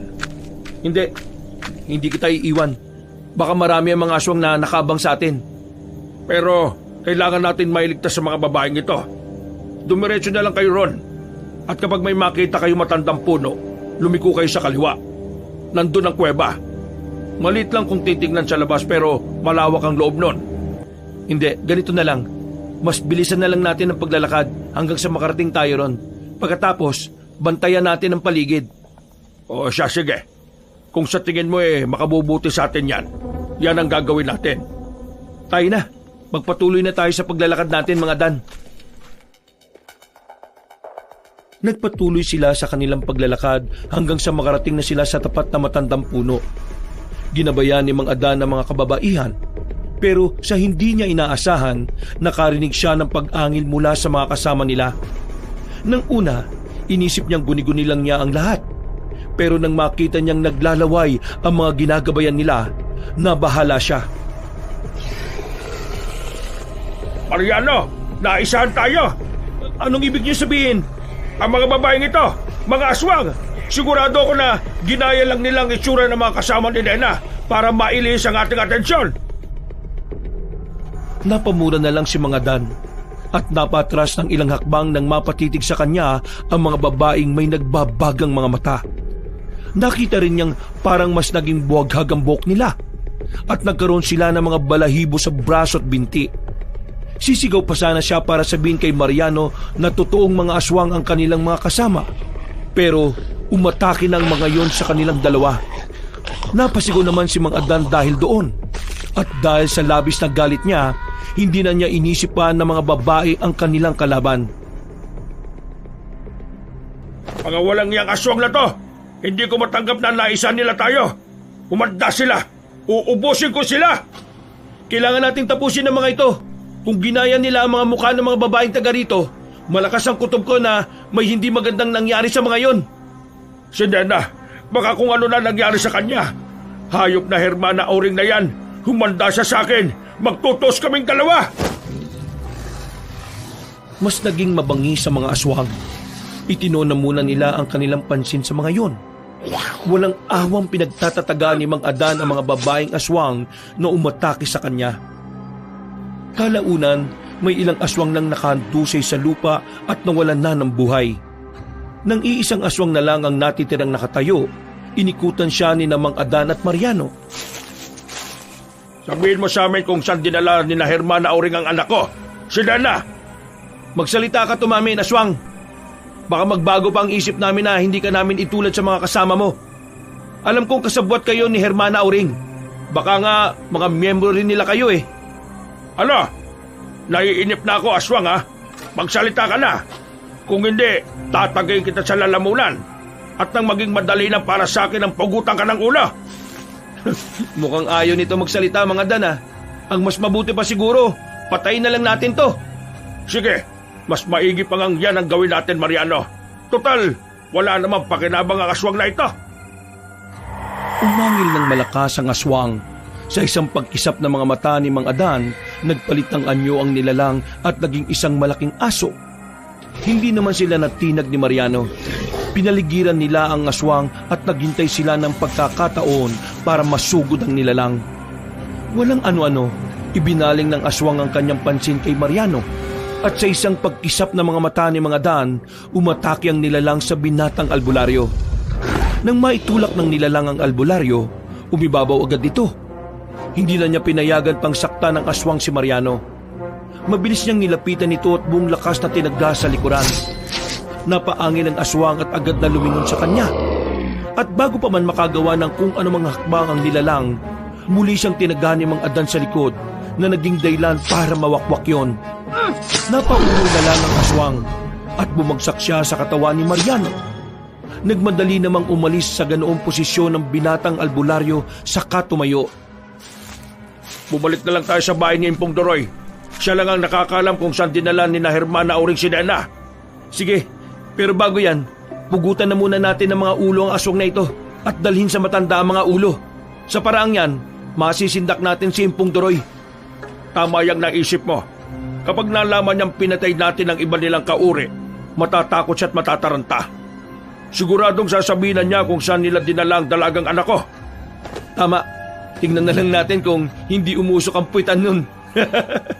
Sige, ako na lang ang pupugot sa ulo niyan. Ako na rin ang magdadala niyan para maipakita ko kay Impong Doroy. Ikaw ang bahala mga Dan. Bilisan na lang natin at nang makabalik kagad tayo ron. Noong mapugot na ni Mang Adan ang ulo ng aswang, nagpasya silang umalis na roon. Binaybay nila ang daan pabalik sa bahay ni Impong Doroy. Nung nakalayo na sila sa ilog, may natanaw silang naglalakad patungo sa direksyon ng bahay ni Mang Adan. Sinipat niya ng maigi yon hanggang sa mawari niyang si Nena yon. Mariano, kailangan natin mag-iba ng plano. Mukhang ang anak ko yan ha. Kailangan malaman natin kung ano nangyari sa kanya. Mas maigi siguro kung ikaw na lang ang umuwi, Mang Adan. Ako na lang ang pupunta kina Impong Doroy. Haharapin ko si na Hermana Auring. Pagbabayarin ko siya sa kanyang ginawa sa amin. Sige, ikaw ang bahala. Basta mag-iingat ka ha. Kapag hindi ka kagad makakauwi, susundan kita. Ito ang ulo ng aswang. Dalhin mo doon. Kahit wag na, Mang Adan. Kaya ko ng sarili ko. Ipagdasal na lang ninyo na matatalo ko mga kultong aswang na yon para maging tahimik na rin ang baryo ninyo. Napatango na lang si Mang Adan sa sinabi ng binatang albularyo. Noon din, nagkahiwalay sila ng landas. Binilisan niya ang kanyang paglalakad nang makita niyang malapit na si Nena sa kanilang bahay. Habang papalapit din si Mang Adan sa kanilang tirahan, nakaramdam siya ng kakaibang kaba. Naalala niya ang mga sinabi ni Mariano, kaya kinutuban siya ng hindi maganda. Noong tuluyan na siyang makarating sa kanilang bahay, lumapit siya kay Nena na nooy nakatayo sa tapat ng kanilang pintuan. Oh, bakit ngayon ka lang, Nena? Ano ba nangyari sa iyo, anak? Bakit basa yung damit mo? Hindi ko po alam, Itay. Naglakad lang naman po ako kanina pa uwi pero parang hindi ko alam kung saan talaga ako papunta. Parang nakalutang lang ako sa ere. Ano bang ginawa nila sa iyo? Paano nila isinagawa ang pagbibinyag? Tsaka, bakit mag-isa ka lang? Nasaan ang mga kasama mo? Hindi ko nga rin po alam eh. Basta nang makarating kami kanina sa ilog, Parang wala na ako sa sarili ko. Ay sige na, pumasok na tayo nang makapagpahinga ka na. Opo, Siya nga pala, Nena. Magmula ngayon, hindi na kita papayagan na sumali sa kanilang pagsamba. Sa ayaw at sa gusto mo, mananatili ka rito sa bahay natin. bakit naman, Tay? Wala naman kaming ginagawang mali, ah. Basta, gusto ko lang masiguro ang kaligtasan mo. Hindi mo alam kung ano ang totoong pagkatao ng mga kasama mo. Mapapahama ka lang, Nena. Depende po, Itay. Pero sisikapin kong sundin ang sinasabi ninyo. Ayoko mapahama ka, anak. Ikaw na lang ang natitirang alaala ng iyong ina. At hindi ko alam kung ano ang aking gagawin kapag nawala ka. Hindi na tumugon kay Mang Adan ang anak niya. Nung makapasok na sila, ipinaliwanag niya kay Nena ang patungkol sa sitwasyon ng kanilang nayon. Nakaramdam naman ng takot ang dalaga. At dahil ayaw rin niyang malagay sa alanganin, pumayag na siya sa kagustuhan ng kanyang ama na hindi nasasama kina Hermana Auring. Nasa kalagitnaan sila ng kanilang pag-uusap nang maalala ni Mang Adan ang binatang albularyo. Sandali. Dumito ka lang muna sa bahay natin, ha? Siguraduhin mo na ring nakasara ng maayos ang pintuan at bintana. Bakit po, Itay? May problema po ba? Ay, siya nga pala. Bakit ba hindi na ninyo kasama si Mariano? Yan nga ang problema ko sa ngayon. Kaya nga dumito ka muna. Susundan ko siya sa bahay ni Impong Doroy. Haharapin daw niya ang mga aswang na nandun. Sinong aswang? Bakit siya haharap doon? Wala nang iba pa kung hindi sina Hermana Auring. May mga aswang nang nagkalat dito. At ang iba kanina nagkunwaring mga kababaihan na taga rito sa baryo natin. Paano niyo po nalaman, Itay? Nakasagupan namin sila ni Mariano. Mga aswang sila. Pati si Impong Doroy ay aswang na rin. Nasaksihan ko kung paano sila nagbago ng anyo. Diyos ko po. Sige na, Nena. Pupuntahan ko muna si Mariano at baka kung napano na siya. Mag-iingat kayo, Itay. Ako na pong bahala dito. Nagmadaling umalis si Mang Adan sa kanilang bahay. Dahil sa bertud na nananalaytay sa kanyang katawan, naging mabilis ang kanyang pagtakbo. Nasa kalagitnaan na siya ng pagtakbo nang makita niyang papasalubong sa kanya si Mariano. Halos hirap siya sa kanyang paglalakad at puno ng kalmot ang katawan nito. Oh, Mariano, ano nangyari? Bakit ganyan ang sitwasyon mo? Huwag mong sabihin. Pinagtulungan nila ako. Mabuti na lang at nakatakas ako. Tama ang hinala natin, Mga Dan. Ang ibang kababaihan na kasama ni Nena, pinagpipiestahan na nila ngayon. At panigurado, si Nena ang pinili nilang magdala ng sanggol na siyang magiging pinakamalakas sa kanilang uri. Mga walang hiya sila. Mauna ka na umuwi sa aming bahay at pupuntahan ko si Impong Doroy. Wag na! Mas marami sila at base sa narinig ko, sisimulan na nilang atakin ang lahat ng mga taga-nayon dito. Ang mas mainam nating gawin ay ang tumakas. Kung kinakailangan kong labanan ng harapan ng mga aswang na yon, gagawin ko. Sisikapin kong maprotektahan ang mga kanayong ko. Pero mas malakas sila kaysa sa atin. Mga aswang sila. Tayo, mga tao lang na may tangang mutya. Kaya natin sila. Utak ang gagamitin natin para matalo sila. Halika, balikan natin si Nena at pumunta tayo sa sinasabi kong yungib. Mas mabuti pa nga, Mga Dan. Tayo na't nang masiguro natin ang kaligtasan ng anak ninyo. Habang naglalakad pabalik sa kanilang bahay, may narinig na mga kakaibang ingay si Mang Adan. Sinabi ni Mariano na nagsisimula ng maggasik ng lagim ang mga dayong aswang. Kaya mas binilisan nila ang kanilang pag-uwi. Pagdating ni Mang Adan sa bahay, tinawag kagad niya ang kanyang anak. Nung una, walang sumasagot. Pero sa hindi niya inaasahan, may umiyak ng malakas sa loob. Kaya patakbo silang tumakbo. Nena, anong nangyayari sa'yo? Bakit? Biglang lumaki ang tiyan niya. Buntis siya. Pero paano nangyari yon? Kanina, hindi naman malaki ang tiyan mo, ha? Hindi ko nga rin alam, Tay. Ewan ko. Pero nakaidlip lang ako. Nagising na lang ako nung makaramdam ako ng sakit ng tiyan. Tapos, nang imulat ko mga mata ko, ganito na. Bakit ganito, Itay? Hindi. Naalala ko ng sinabi dati ng aking lolo patungkol kina Hermana Auring. Hindi lamang siya karaniwan na kultong aswang. Ano bang ibig mo sabihin, Mariano? Isa siyang uri ng aswang na kung tawagin ay tamamisaw. Sila ang kalahating yasaw na aswang. at kalahating tamawo. Ang mga kagaya nila ay babae ang anyo. Pero ang totoo, may iilan sa kanila na mga lalaki. Pinipili lang nila ang kanilang aanakan. Mabibilis ding nabubuntis sa mga babaeng pinupunlaan nila dahil may dugo silang engkanto. Isa pa, magagawa nilang buntisin ng isang babae kahit hindi nila ito sinisipingan. Kung mabibilis na mabuntis, ibig sabihin mabilis ding manganganak? Hindi. Ayon sa lolo ko, agad na lulobong siya ng buntis. Pero aabot ng 10 buwan ang pagbubuntis niya. Paswertehan lang kung makaliligtas ang babaeng may punla ng tamamisaw. Ang iba sa kanila, namamatay. Napakademonyo ng Hermana Oring na yan. Kailangan nating mapatay siya at nang matigil ng lahat ng ito. Oo, yan lang ang magiging paraan para mapatay rin ang kanyang ipinunla sa sinapupunan ni Nena. Natatakot ako, Tay. Baka kung anong mangyari sa akin, baka mamatay ako. Yan ang sinasabi ko sa iyo, Nena. Kung nakinig ka lang sana sa akin, hindi ka nagkaganyan. Hindi bale, magagawa natin ang paraan yan. Kami ni Mariano ang bahala.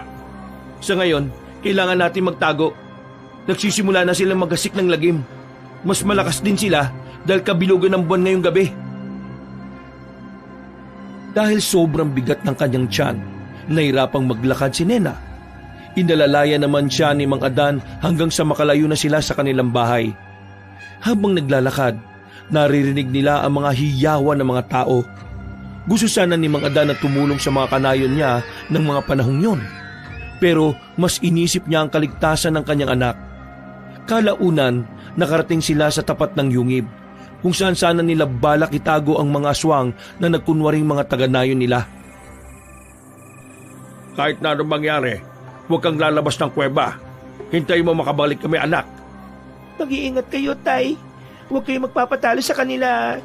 Pasensya na kung minsan naging matigas ang ulo ko. Hindi ko na po uulitin.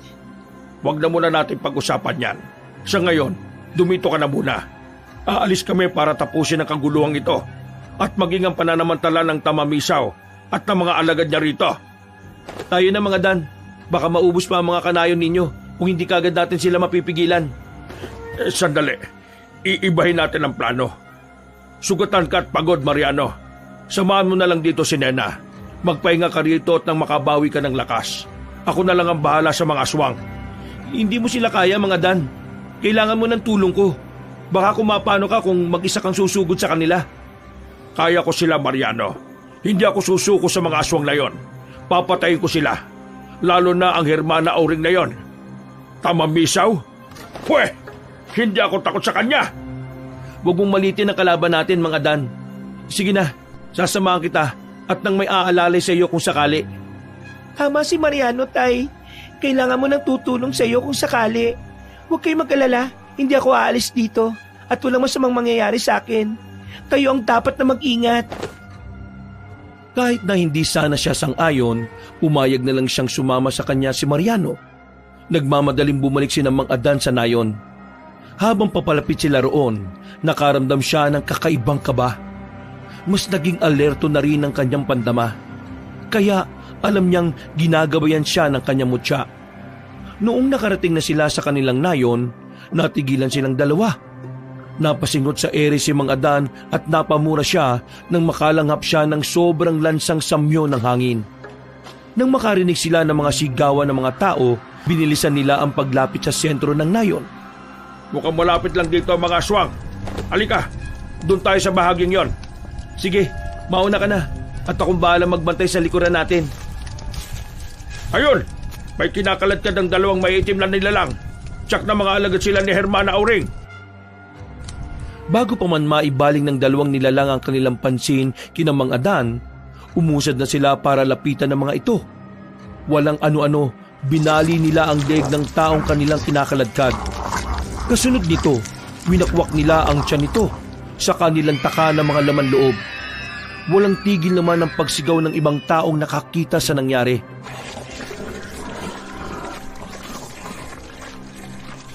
Itigil niyo ang inyong ginagawa! Kami ang hanapin ninyo! Kung nagawa man ninyong ubusin ng mga kanayon ko, hindi na ako papayag na gawin nyo dito yung kina Mang Adan! Ayaw niyo talaga magpaawat, ha? Ang dapat sa inyo'y patayin! Sumugod si Mang Adan sa 2 aswang. Nung makalapit na siya sa isang nilalang, walang pagdadalawang isip nitong tinagayon sa batok. Napaangil ang nilalang at sinubukan pa siyang atakihin ito. Ngunit mabilis niyang nailagan yon. Bago pa man makagawa ng susunod niyang hakbang ang nasabing aswang, tinagana siya ni Mang Adan sa lalamunan na naging rason para bumagsak ito. Susugod na rin sana sa kanyang isa pang aswang, pero nilapitan niyo ni Mariano at walang pagdadalawang isip na tinaga. Nanlaban ang aswang sa binatilyong albularyo, kaya nagpambuno sila sa isa't isa. Nakita naman ni Mang Adan ang nangyari. Lalapit na sana siya roon para tumulong, pero napansin niyang gumalaw pa ang isang nilalang, kaya tinuluyan na niya ito. Makaraan ng ilang sandali, nagawang ibabawan ni Mariano ang nilalang. Sinubukan pa siyang sakali ng nasabing aswang, pero bago pa man mas maging mahigpit ang pagkakasakal nito, tinagana siya ni Mariano sa muka. Sige, Mariano, ganyan nga.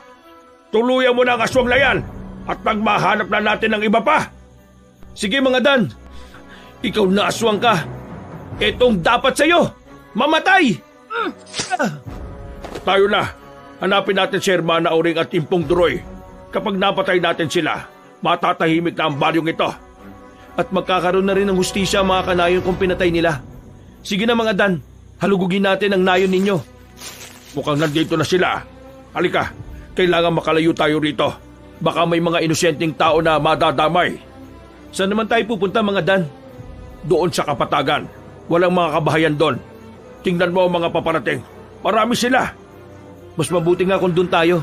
Malawak ang lugar at hindi tayo madaling malalagay sa alanganin. Tara na, para mailis natin ang pansin ng mga aswang na yan. Kapag naubos natin ang grupong yan, sigurado ko na kakaunti na lang ang matitira sa kanila. Makakaharap na rin natin si Hermana Auring. Papatayin ko ang tamamisaw na yon.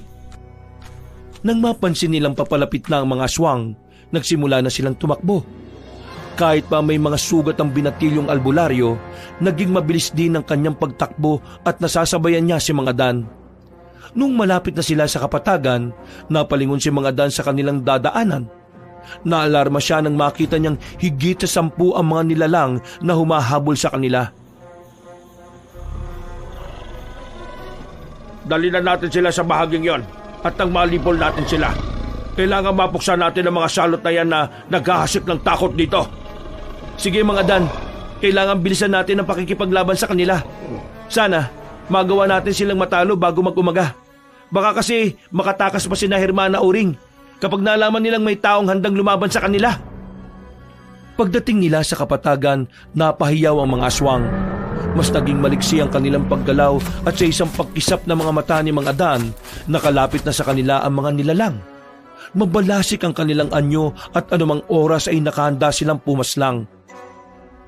Napahawak na lang sa kanyang itak si Mang Adan nang umangil ang mga nilalang. Sa isang iglap, sumugod sa kanila ng sabay-sabay ang mga aswang. Huwag kang umiwalay sa akin. Bantayan mo likod ko at ako naman ang bahala sa likuran mo. Masusunod Mang Adan, kailangan maubos natin ang mga aswang na ito. Mga salot sila dito sa nayon ninyo. Siya nga, kung aayaan lang natin silang makatakas, sigurado ako mag-aasik sila ng lagim sa ibang lugar. Yan din ang iniisip ko. Sige, ito na muna natin ang ating pansin sa mga aswang na ito. Mas marami sila kaysa sa atin eh. Kaya hindi tayo dapat mabigo. Pagpipiesta nila tayo pag nagkataon, Mariano. Pagkasugod sa kanila ng mga aswang, hinarap nila ang mga ito ng buong tapang. Habang nakikipaglaban, may iilan silang aswang na ibinabalibag. Tumitila po ng mga ito at hindi kagad nakakabangon. Nagulat na lang si Mang Adan nang makita niyang nagbago ng anyo ang mga nilalang na yun. Ganun pa man, hindi siya nakaramdam ng takot at mas nangibabaw sa kanya ang kagustuhang matalo ang mga aswang na yun. Mang Adan, mag-iingat ka! Mas maliksi ang mga aswang kapag nasaan yung hayop sila. Ginagaya nila pati ang katangian ng hayop. Sige lang, hindi ako natatakot sa mga nilalang na ito. Kaya natin sila mapaslang. Ayan na ang isang aswang. Mukhang lulundag yata sa inyo. Ha! Papatay ko yan. Pinakala niya siguro na matitinag ako sa kanya eh, no? Pagkalundag ng mga aswang, sinalubong ni Mang Adan ang nilalang. Pagkalapag nito, bumuelo siya at walang pagdadalawang isip na tinagayon. Nagawa niyang madaplisan ang nasabing aswang dahil mas naging maliksi ito. Tatagayin pa sana niya ulit yon pero nagulat siya nang bigla siyang sunggaban ng isang aswang na nasa anyong aso. Kinagat ng nilalang ang kanyang binti, kaya ibinaling ni Mang Adan ang kanyang pansin doon. Napamura siya at buong lakas sa tinaga ang nilalang na naging rason para masugatan yon sa bandang tagiliran. Nang makita ni Mang Adan na papasugod din sa kanya ang isa pang nilalang, minabuti niyang ibaling doon ang kanyang pansin. Sinalubong niya ang nasabing aswang at nang makalapit na siya rito, buong lakas niya itong tinaga. Tumilapon ng aswang at pagkabagsak noon, bumulwak ang dugo sa kanyang leeg. Ang mga kagaya nyo ay hindi dapat binibigyan ng pagkakataon para mabuhay sa mundong ito. Dahil sa inyo, marami sa mga taong natatakot lumabas sa kanilang bahay. Mang Adan, may dalawang papasugod sa inyo. Ganon. Sige Mariano, at tupagin mo muna ang kinakalaban mo at titingnan ko lang kung hanggang saan ang kakayahan ng dalawang aswang na yan. Sinalubong ni Mang Adan ng dalawang aswang. Nang makita niyang babangon pa sana ng isang aswang na nakahandusay, inapakan niya ang katawan noon para gamitin sa pagbuelo. Lumundag siya at itinaas ang kamay niya na may hawak na itak. Pagkalapag niya sa lupa, walang takot ng tinaga ang naunang aswang. Tumama ang kanyang itak sa mismong ulo ng nilalang na naging rason para mabiyak yun. Napaangil naman ng isang aswang at bigla itong tumakbo palayo para tumakas. Sa halip na pagtuunan niyo ng pansin, tinulungan na lang siya ni Mariano hanggang sa magawa na nilang patayin ang lahat ng mga aswang na umatake sa kanila. Sigurado ko na magsusumbong yung kina Hermana Auring. Kailangan natin siyang habulin. Wag na. Mas mabuti nga kung malaman ng tamamiso na yun na merong kumakalaban sa kanila. Kapag nabatid niya, siguradong manggagalaiti siya at hahanapin na tayo. Ano ngayon ang iniisip mo, Mang Adan? Kailangang gamitan natin sila ng utak. Kahit marami pa sila, kung magiging padalos-dalos din naman ang kanilang galaw, mawawalan sila ng diskarte. Kung ganon, gagawa tayo ng patibong para sa mga aswang. Yan din ang iniisip ko, Mariano. Gagamitin natin ang mga aswang na napatay natin para mas lalong masira ang diskarte nila. Sige, pagpira-pirasuin natin ang mga katawan nila. Akong bahala dyan. Pero paano ang ating magiging patibong? Kinakailangan may lugar tayo na mapagtataguan. Sa gubat, doon natin sila dadalhin. Magpapahabol tayo patungo ron. Sige, bilisan natin at nang makagawa tayo ng mga patibong bago pa sila makapunta ron. Ayan, tumilaok na mga manok. Malapit na mag-umaga. Hindi na gano'ng makakagalaw ang mga aswang dahil limitado na ang kanilang kakayahan. Sige, gamitin natin ang pagkakataong yan para makagawa ng mga patibong. Saka na natin balikan si Nena. Kailangan matapos muna ang kaguluhang ito para maging ligtas din siya.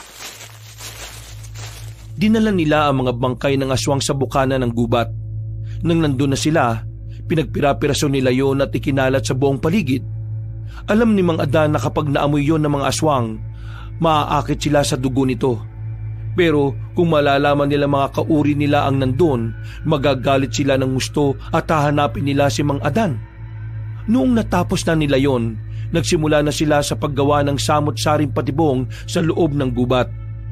Inabot sila ng buong araw sa paggawa nun, kaya nakaramdam sila ng matinding uhaw at gutom. Nagugutom na ako. Wala man lang mga ligaw na hayop dito sa gubat. Ako nga rin, Mang Adan eh. Uhaw na rin ako at nangihina na dahil hindi man lang tayo nakapag-agahan. Bumalik na lang tayo sa nayon. Uuwi muna tayo at nang makakain.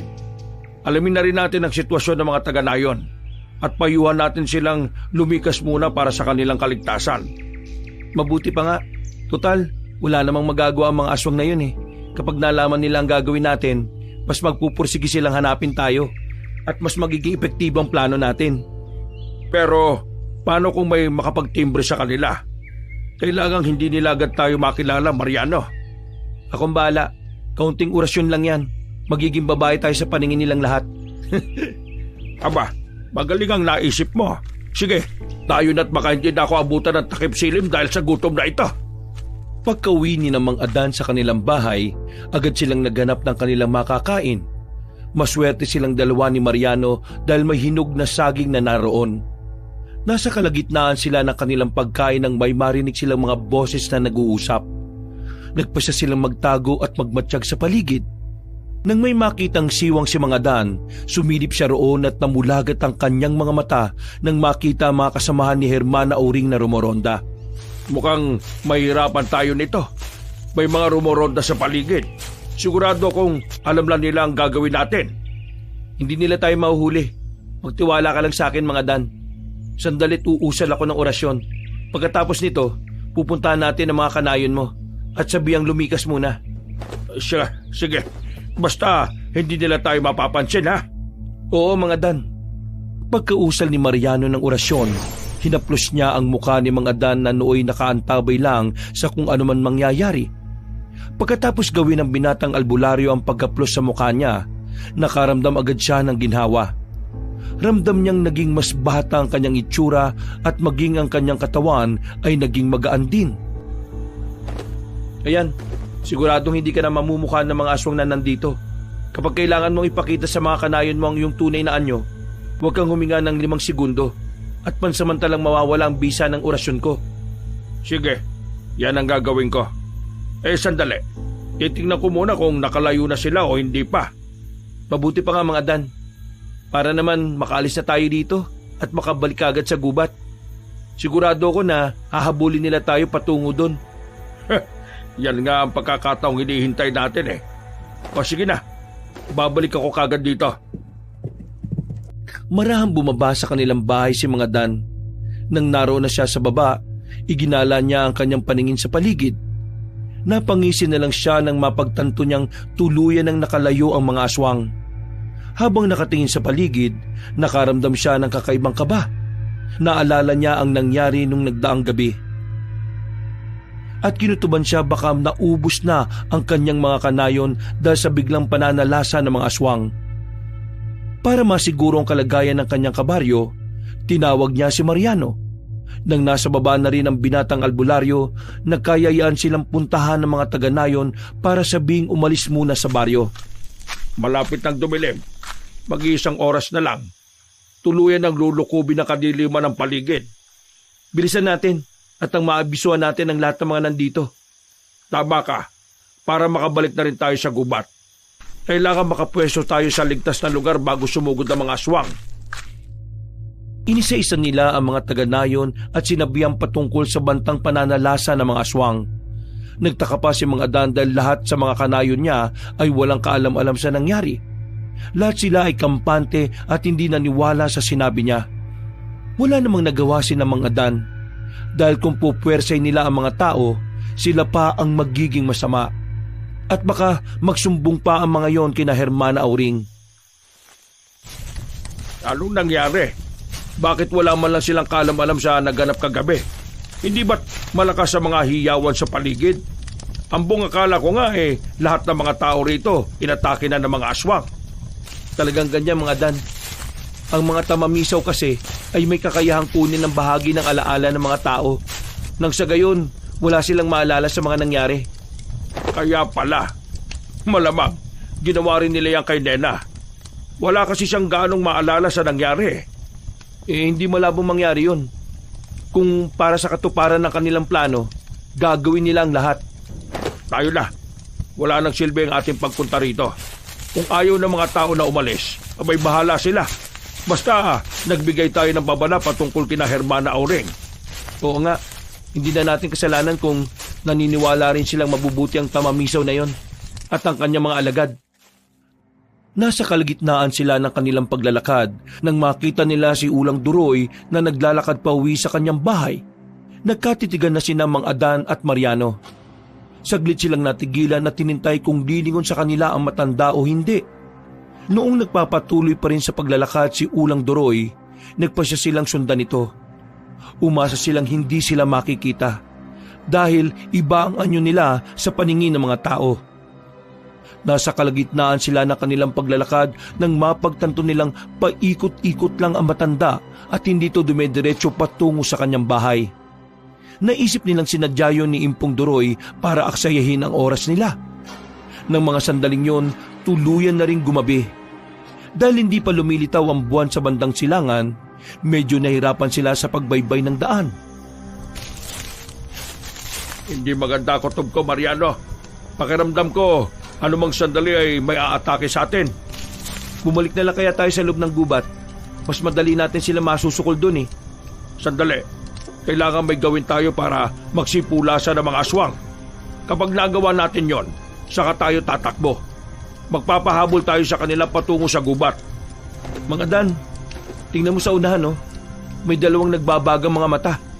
Ibig sabihin, may aswang nang nagkalat dito. Sa ganitong oras. Halika, sugurin natin sila. Pero wag natin patayin. Kailangan may makapagsumbong kina Hermana Auring sa kung ano man ang gagawin natin sa kanila. Maingat nilang nilapitan ng mga aswang. Bago pa man sila mahuli, tinaga nila ang mga ito at tinayaang makatakas. Dahil mga aswang yun, alam nila na nakita sila nito. Noon din, nagpasya na silang dalawa na bumalik sa gubat kahit na hindi pa nagpapakita sa kalangitan ng buwan. Gumawa na rin sila ng sulo para hindi sila mahirapan sa pagbaybay ng daan patungo sa kasukalan. Maswerte lang sila dahil palagi may dalang posporo si Mang Adan. Saktong pagpasok nila roon, nakarinig sila ng mga ingay sa paligid. Alam ni Mang Adan na yun na ang mga alagad ni Hermana Auring. Kaya pumunta sila sa mas ligtas na lugar kung saan madali rin nilang makita ang mga papasugod na aswang. Sa oras na pumasok sila sa gubat na ito at magkamali lang sila ng dinaanan, siguradong mas mapapadali ang buhay nila. Tama ka riyan, Mariano. At kung may matitira mang buhay sa kanila bukas, magiging madali lang din para sa atin ang patayin sila. Maghintay na lang tayo. Ilang sandali na lang, siguradong papasok na sila rito. Mas mabuti siguro kung patay na muna natin ang sulo natin, Mang Adan. Oh, sige. Ayan, mukhang may mga yabag nang pumasok sa gubat ha. Sila na yan. Ubos sa mga alagad ni Hermana Auring kung magkataon. Napatitig na lang si Mang Adan sa binatilyong albularyo at napangisi. Walang ano-ano, may narinig silang mga hiyawan at mga pag-ungol. Alam nilang may mga nakatagpo na ng kanilang patibong, kaya mas lalo silang natuwa. Noong mawala na ang mga ingay na kanilang naririnig, inisip nilang baka naubos na ang mga aswang. Nagkasundo silang dalawa na tingnan ng paligid at alamin kung talagang nagtagumpay ang kanilang plano. Muli nilang sinindihan ang kanilang sulo, saka nagsimulang maglakad patungo sa mga patibong nila. Tagumpay! Marami sa mga aswang ang napatay natin dahil sa ginawa natin mga patibong. Sigurado, nandyan din sina Hermana Auring at Impong Doroy. Ang bobo talaga nila. Ito lang palang tatapos sa buhay nila. Ay, teka. Tingnan natin isa-isa ang mga aswang. Aba, wala rito si Impong Doroy ah. Wala rin si Hermana Auring, Mga Dan. Mukhang tayo pang naisa na. Hindi maaari. Kailangan natin maganda. Umikot tayo sa gubat na ito at pumunta na lang sa kapatagan. Kung yan ang makabubuti, sige. Halika na, Mga Dan. Naging maingat sina Mang Adan sa kanilang paglalakad. Sinugurado nilang walang mga aswang na natitirang buhay roon. Pagdating nila sa likurang bahagi ng gubat, nakiramdam muna sila sa paligid. Nagtaka pa si Mang Adan kung bakit biglang nawala ang ingay ng mga kulisap. Kaya nabahala siya. Parang may hindi tama rito ah. Kahit na nandito tayo, hindi sana titigil ang mga insektong yan sa pag-iingay. Pwera na lang kung...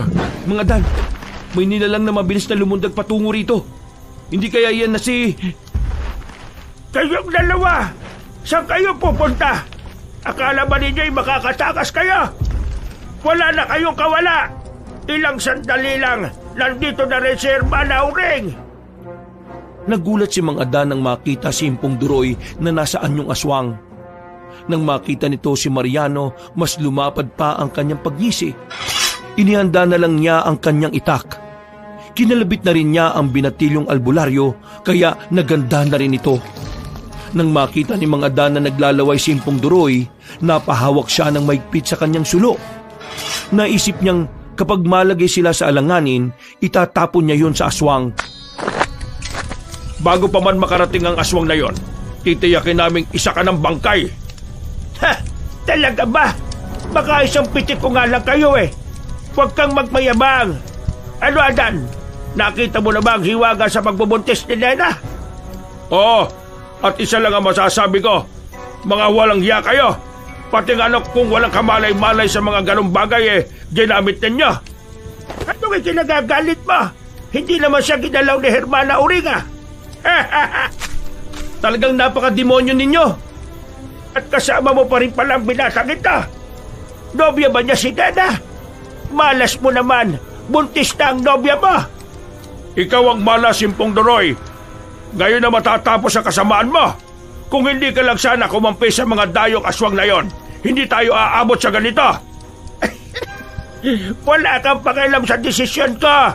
Kapag nailuwal na ni Nena ang sanggol na nasa sinapupunan niya, magagawa na rin nilang buhayin ang aking asawa. Aba, nagsatsat, kung nandito ka para patayin kami, pwes, paunahan na lang tayo. Walang pag-alinlangang sumugod si Mang Adan kay Impong Doroy. Umangil naman ang matandang aswang at napangisi nang makita ang naging aksyon niya. Hinarap siya ng nilalang at naglaban silang dalawa. Napasigaw na rin si Mariano at minabuting tulungan si Mang Adan. Matapang ka lang, Adan, dahil may kasama ka. Kung mag-isa ka lang, sigurado ko na nagbabahag ka na rin ng buntot. Kahit na mag-isa lang ako, hindi pa rin ako matatakot sa'yo. Mas naging agresibo pa si Impong Doroy, kaya mas ginalingan din ni Mang Adan ang pakikipaglaban sa kanya. Nang makita niyang mas nakatuon ang pansin ng nasabing aswang kay Mariano, ginamit niya ang kanyang kakaibang liksi.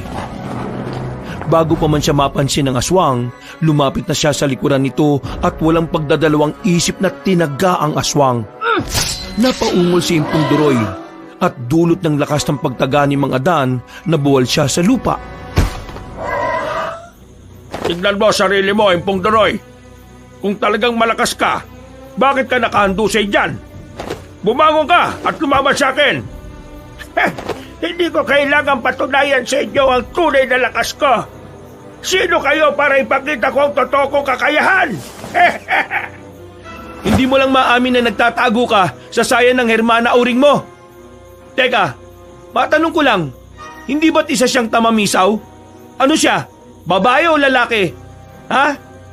Hindi mo na kailangang hilingin sa leader ng kongregasyon ninyo, ng kulto ninyo, ang pagbuhay ulit sa may bahay mo. Bago mag-umaga, makakasama mo na ang matagal mo ng patay na asawa dahil mamamatay ka na rin. Sa tingin ba ninyo, natatakot ako? Nararamdaman kong malapit nang makarating dito si Hermana Uring. Kaya mag-isip-isip kayo. Baka bumaliktad ang ating sitwasyon. Hindi mangyayari yan. Ngayon pa lang, papatay na kita para hindi ka na maabutan ng pinuno ninyo. Tatagay na sana ni Mariano ang aswang, pero naggulat siya nang biglang makalis sa ganong sitwasyon si Impong Doroy. Napalingon na lang si Mang Adan nang marinig niya ang pag-angil sa kanilang likuran. Sasabihan pa sana niya si Mariano na maganda, pero naging mabilis ang pagsugod ng aswang sa binata. Dahil hindi nagawang ibalanse ng albularyo ang kanyang sarili, tumilapon siya at napahandusay sa lupa. Tutulungan pa sana ni Mang Adan si Mariano para makatayo, pero napabangon agad ito. Nang akmang susugod na sana si Impong Doroy sa albularyo, inagaw ni Mang Adan ang pansin nito. Itinapon niya rito ang sulo, kaya napatras yun. Inatake niya ang nilalang, kaya hinarap siya nito at silang dalawa ang naglaban. Gigilitan kita ng leeg para dumanak at matuyuan ka ng dugo. Gawin mo na kung kaya mo. Hindi sasapat ang lakas at liksi sa isang katulad ko. Yan ang inaakala mo. Sige, ilagan mo ang aking pag-atake sa'yo. Papatayin kita. Sige, at kapag binuhay ulit ako ni Hermana Uring, titiyakin kong mauubos ang lahi ninyo. Nagpatuloy ang kanilang labanan. Hindi naman inaasahan ni Impong Doroy ang naging kakayahan ni Mang Adan ng mga sandaling yun. Ganun pa man, kahit na puno na ng sugat ang kanyang katawan, nagpatuloy ito sa pakikipaglaban hanggang sa tuluyan siyang mabuwal ng nakadapa. Hinapakan niya sa likod ang aswang na naging rason para hindi ito makagalaw. O ano ka ngayon, aswang? Bago kita patayin, gusto ko lang sabihin sa iyo ang rason kung bakit mas malakas at mas maliksi ako kaysa sa normal na tao. Nagkataon lang ang lahat ng ito, Adan. Kung ako ang nagkaroon ng tsansa, hindi kita bubuhayin. Pasalamat ka at may swerte ka sa katawan. Oo, at sa ating dalawa, ikaw ang minalas. Kaya ihanda mo na ang iyong kaluluwa sa paglalakbay patungo sa impyerno. Pupugutan na kita ng... Ha? Mga Dan, sandali! Ako nang bahala dyan. Ibalato mo na sa akin ang buhay ng aswang na yan. Sige, Kung yan ang gusto mo, sige. Pero isinusumpa kong ikaw ang uunahin ko. Kahit saan ka magtago. Tutugisin kita kapag muli akong pinuhay ni Hermana Uring. Huwag kang managinip ng gising, Impong Doroy. Mamamatay ka na at wala nang ikalawang pagkakataon para sa'yo. Itong dapat sa'yo! Napangisi na lang si Mga Dan nang makita niyang gigil si Mariano na mapatay ang aswang. Dahil ginilitan niya ng leeg si Impong Doroy, bumulwak ang dugo nito at tumanak sa lupa. Napailing na lang si Mga Dan, gawa ng nakitaan niya ng lakas ng loob ang binatang albularyo. iba talaga kapag galit ang isang tao, ano? Kulang pa ang ginawa ko sa matandang aswang na yan kaysa sa ginawa ni na Hermana Uring sa aking mga kanayon. Kapag nakaharap ko yung tamamisaw na yon, sisiguraduhin kong babalatan ko siya ng buhay. Ikaw ang bahala. Pero payo ko lang, huwag mong malitin ang kakayahan niya. Kahit isa kang albularyo kagaya ng mga aswang, may kahinaan ka rin. Alam ko yan, Mga Dan. Huwag ka mag-alala. Mag-iingat ako. Mabuti kung ganon. Ang mga kagaya nila ay hindi dapat Ha? May paparating. Yan tamang sarili mo, Mariano. Oo, nararamdaman ko rin. Sigurado ko na si Hermana Uring na yan. Inihanda nila ang kanilang sarili. Ilang sandali pa, naging malansa ang ihip ng hangin. Nanginig din si Mga Dan dahil sa kakaibang kilabot na kanyang naramdaman. Nasa ganong sitwasyon sila nang biglang may lumitaw na nagliliwanag na lagusan sa kanilang harapan. Napatitig siya roon at inabangan niya ang susunod na mangyayari. Walang ano-ano, tumambad sa kanila ang isang babae na may nagbabagang mga mata. May nakausli itong pangil at ang kanyang postura ay parang nanggaling sa mga bansang Europa. Nang makita ng babae ang dalawa, napaangil siya at napahakbang palabas sa lumitaw na lagusan. Hermana Uring! Nagkaharap din ulit tayo sa wakas. Alam kong hindi mo pa ako nalilimutan. Magbabayad ka sa ginawa mo sa anak ko. Alam kong ikaw ang may pakana ng lahat ng ito. Pati ang nag-iisa kong anak, idinamay mo ba? Tingnan natin kung ano magagawa mo. Ngayong lahat na ng mga alagad mo ay napatay na namin. Hindi pa itong oras para magdiwang at magsaya. Buhay pa ako at kaya ko silang buhayin muli. Oo, binata. Kilala kita. Ikaw ang albularyong duwag na walang ginawa para sa kanyang mga kanayon. Kung wala akong ginawa, hindi sana ako nandito. Magpasalamat ka lang at tumatake ka bago malaman ng lahat ng mga tao ang inyong tunay na kulay. Kung hindi ka lang mahusay magkunwari, baka sinunog ka na ng mga kanayong ko. Malas mo lang, Hermana Uring. May mga taong nakaalam agad ng totoo ninyong pakay sa nayon namin. Mga Dan, labang ko ito. Huwag ka nang tumulong. Igaganti ko lang ang mga kanayong ko na pinatay ng tamamisaw na ito. Sige, Mariano. Pagbibigyan kita. Pero kung matatalo kita, atay at puso mo ang kabayaran. Napatras na lang si Mga Dan nang sumugod si Mariano kay Hermana Uring. Napangisi naman ang tamamisaw nang makita niya ang paggalaw ng binatang albularyo. Naglaban silang dalawa habang si Mang Adan na may nanonood lang sa kanilang dalawa. Kahit na may angking bilis ang aswang na tamamisaw, nagagawa rin siyang sabayan ni Mariano. Nasa kalagitnaan sila ng kanilang paglalaban nang mapansin ni Mang Adan na nagkaroon ng kulay itim na aura ang aswang. Kahit na ang buwan lang ang nagsisilbing liwanag nila sa gabing yun, kita niya ang kulay na nakapalibot kay Hermana Uring.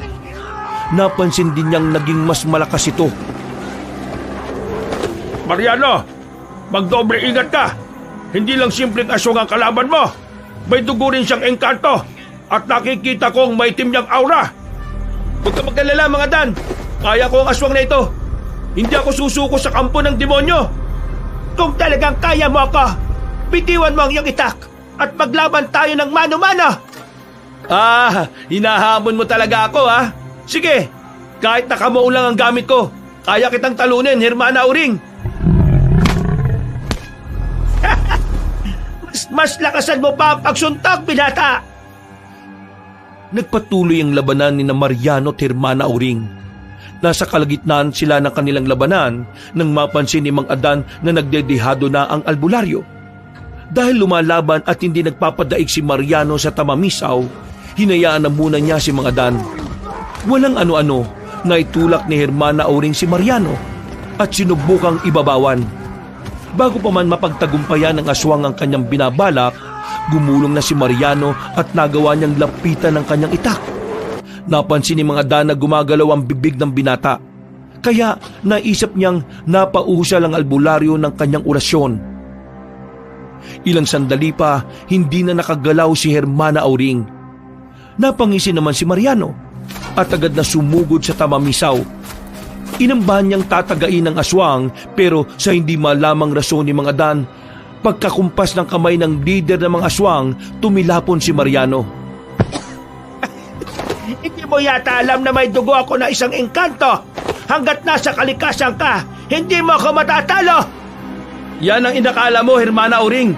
Oo nga't nagmula ka sa kalikasan. Pero hindi mo ba naisip na ang aral na sinusundan ko ay aral din ng kalikasan? Hala, sige, bumangon ka, tingnan natin kung hanggang saan na umabot ang napag-aralan mo. Napangisi si Mariano. Nakita pa ni Mang Adan na napakuyom siya ng kanyang kamay. Nang tuluyan siyang makabangon, agad siyang tumakbo para sugurin si Hermana Auring. Napaangil naman ang aswang na tamamisaw at sinalubong na rin ang binatang albularyo. Muli silang nagsagupaan. Pero nang mapansin ni Mang Adan na mas nag-ibayo ang lakas ni Hermana Auring, inihanda na rin niya ang kanyang sarili. Naglaban silang dalawa hanggang sa napaluhod si Mariano. Sinipa naman siya ng tamamisaw. At nang mapahandusay ito, inibabawan siya ni Hermana Auring at sinakal. Hindi ako susuko sa iyo. Gagawin ko ang lahat para may pagiganti ang mga kanayong ko. Kahit ay kamatay ko pa. Kahit na'y kamatay mo pa? Sige, magpaalam ka na sa mundong ito, Mariano. Katapusan mo na. Huwag ka mag-alala, Hermana Auring. Kung papatayin mo ko, isasama kita. Sumenya si Mang Adan kay Mariano na subukang hawakan ng aswang. Sinunod naman yun ng binata at nang makita niyang pinipigilan na ni Mariano ang aswang, mabilis na humakbang si Mang Adan para lapitan silang dalawa. Papatayin kita, tamamisaw! Ikaw ang rason kung bakit naging ganito ang buhay ng mga kanayong ko! Ito ang dapat sa'yo! Hayop ka! Ikaw ang uunahin ko! Magbabayad ka sa ginawa mo! Ibinaling ng aswang ang kanyang pansin kay Mang Adan. Nang makita naman ito ni Mariano, sinubukan pa niyang pigilan si Hermana Auring. Pero dahil maliksi ang aswang na tamamisaw, hindi nagtagumpay si Mariano. Napatras naman ng isang hakbang si Mang Adan. At sa isang pagkisap ng kanyang mga mata, sinugod siya ni Hermana Auring. Hindi naman siya natinag dahil alam niyang hindi siya madaling matalo nito. Ilang beses na sumubok ang aswang na atakihin siya, pero nagawa niya ang makailag. Napaangil naman ang tamamisaw dahil sa ginawa niya. At lalo itong nanggalaiti. Humanda ka sa akin! Magsisisi ka kung bakit naging tinik ka sa aking lalamunan! Hindi bale! Kapag nailuwal na ng babaeng pinunlaan ko ang sanggol na mas malakas kesa sa akin, iuutos kong ubusin niya ang lahi niya! Diyan ka nagkakamali! Ang birhing babae na pinunlaan mo ay anak ko! At hindi ako papayag na mailuwal niya ang sanggol na nasa sinapupunan niya. Kahit patayin ko ang sarili kong anak, basta wag lang mabuhay ang sanggol na kasing sama mo! Ha? Kaya naman pala ganyan na lang ang galit mo. Wala akong pakialam kung anak mo man o apo ang dalagang yon. Ang mahalaga sa akin ay ang aking anak. Kaya huwag kang maging sagabal. Hindi ako nagpapatawad. Talagang demonyo ka, Hermana Auring. Ginagamit mo pa ang Diyos at simbahan para makapanamantala ng mga inosenteng tao. Kaya nga sa mga kanayunan ako nang bibiktima eh. Alam kong mas madali silang utuin. Nagkakamali ka. Nung una pa lang, alam ko na ang pakay ninyo. Nagmatsyag ako sa bahay ni Impong Doroy at nalaman ko ang inyong sekreto. Kaya pala ah. Sige, dahil dyan, hindi na kita bubuhayin pa. Napaangil ang aswang na tamamisaw at sa isang pag-isap ng mga mata ni Mang Adan, sumugod sa kanya si Hermana Auring. Inilaga naman niya ito at bago pa man siya lingunin ng nilalang, tinaganan niya ito sa liig. Napaungol na lang ang tamamisaw nang magtamo siya ng mababaw na sugat. Mas naging mabalasik pa ang kanyang itsura. At nang aatake sana siya ulit, ginamit ni Mang Adan ang kakaibang liksi niya. Inundayan niya ng pagtaga ang tamamisaw hanggang sa halos buong katawanan nito ang nagkaroon ng mga sugat. Umangil lang napakalakas si Hermana Auring at napatingala sa buwan. Sa isang pagkisap ng mga mata ni Mang Adan, nakita niya kung paano nagpalit ng anyo ang nilalang sa kanyang harapan. Mas naging mahaba ang kanyang braso at binti. Nagkaroon siya ng mahabang nguso at umusli pa lalo ang pangil niya. Napansin din ni Mang Adan na may hati sa gitna ang dila ng nilalang. Naging matulis ang tenga nito at nagkaroon ng umbok ang kanyang likuran. Yan ang tunay na anyo ng tamamisaw, Mang Adan. Mag-iingat ka! Mas malakas siya sa ganyang anyo. Huwag ka mag-alala. Kaya kong nilalang na ito. Tutulong ako sa inyo, Mang Adan. Ang mga kagaya ng tamamisaw na yan ay hindi dapat mabuhay. Kahit na ilan pa kayo, hindi ako natatakot. Magiging pagkain ko lang kayo mamaya. Napalingon na lang si Mang Adan nang makarinig siya ng pagyabag.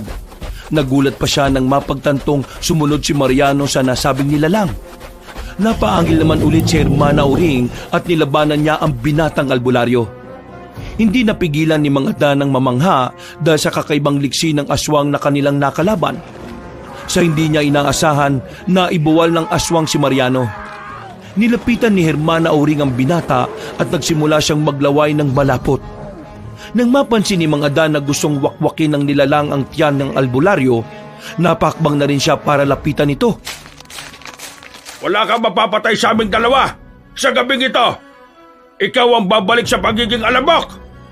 Huwag kang makampante. Saktong paglingon sa kanya ni Hermana Auring, buong lakas siyang tinaga ni Mang Adan. Dahil sa ibayong puwersa niya, naging malalim ang sugat ng aswang sa lalamunan. Kahit na nasa ganoon ng sitwasyon, tumayo pa ang tamamisaw at inatake si Mang Adan. Hindi naman siya nagpatinag at nilabanan niya ang aswang. Hindi niya inakala na ganong kaliksi ang nilalang. Kaya nahirapan siyang masugatan ulit ito. Habang nakikipaglaban, napansin ni Mang Adan ang pagbulwak ng dugo sa lalamunan ng tamamisaw. Mahirapan kang talunin ng aswang na yan, Mang Adan. Nagmula ang lahi niya sa kalikasan. Kaya ang mahiwagang bagay lang din na nagmumula sa kalikasan na makakapatay dyan. Aha, alam ko na. Ako lang bahala. Mapapatay ko ng aswang na ito. Tingnan natin kung ano ang magagawa mo. Ikaw ang una kong papatayin at isusunod ko ang binatang yan. Sige na, Mang Adan. Maghintay ka ng pagkakataon. Pagkawikan ni Mariano, sumugod siya sa aswang. Inatake rin ni Mang Adan ang tamamisaw, kaya nahati ang atensyon ng nilalang. Ilang beses pa siyang tinaga ni Mang Adan hanggang sa makita niyang nakanganga ang sugat na nasa lalamunan nito. Nung maisip niya ang mutya ng kidlat na tangan niya, hinubad niya ito tinawakan. Saktong nakatuon ang pansin ng tamamisaw sa binatang albularyo, kaya bumuelo si Mang Adan at tinaga ang aswang sa bandang likuran ng ulo nito. Nang malaman niyang malalim ang naging sugat nito, walang pagdadalawang isip niyang ibinaundon ang mutya ng ngipin ng kidlat. Napaungol ang aswang at natigilan. Nilingon pa niya si Mang Adan at inambahang aatakihin. Pero bigla siyang natumba at nagsimulang mangisay. Yan ang dapat sa mga aswang na kagaya mo. Umatras ka ng bagya, Mang Adan. Hindi natin alam kung ano mangyayari. Sige, mas mabuti pa nga. Mukhang kumikislot kasi ang buong katawan ng tamamisaw na yan eh. Tingnan mo, Mang Adan. Mukhang may kung anong gumagalaw sa mga laman ni Hermana Auring. Ayan na, mukhang... Ha! Tama ka, Mariano. Sumabog nga ang katawan ng aswang na yan. At ang dugo niya, hindi dugo ng normal na nilalang. Parang mas malapit pa sa kulay berde. Talagang ang hindi siya isang simpleng aswang, Mariano. Yan ang sinasabi ko. Sa wakas, nakamit na rin natin ang hustisya. Magiging tahimik na rin ang nayon ninyo. At pati na ang mga kanayong ko. napagiganti ko na rin. Teka, si Nena, kailangan balikan natin ang anak ko. Baka kung ano na nangyari sa kanya. Oo nga, tayo na. Kailangan malaman natin kung anong kondisyon niya pagkatapos ng pangyayaring ito. Kukunin pa sana ni Mang Adan ang mutya ng kidlat niya, pero sinabi sa kanya ni Mariano na naglaho na yon dahil ang nasabing mutya ang tunay na pumatay sa tamamisaw. Minabuti na lang nilang umalis doon sa kapatagan.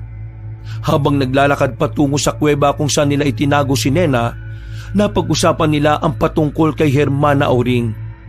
Nagpasalamat na rin si Mang Adan kay Mariano dahil sa naging tulong nito. Pagdating nila sa yungib, naabutan nilang natutulog si Nena. Nakita rin nila ang likido roon na may durog na mga laman. Kaya nilinis na muna nila yon. Pagkatapos nito, ginising nila si Nena at natuwa siya nang malamang hindi na nakaumbok ang kanyang tiyan. Wala nang dinadala mo. Siguradong natunaw yon kasabay ng pagkamatay ni Hermana Auring.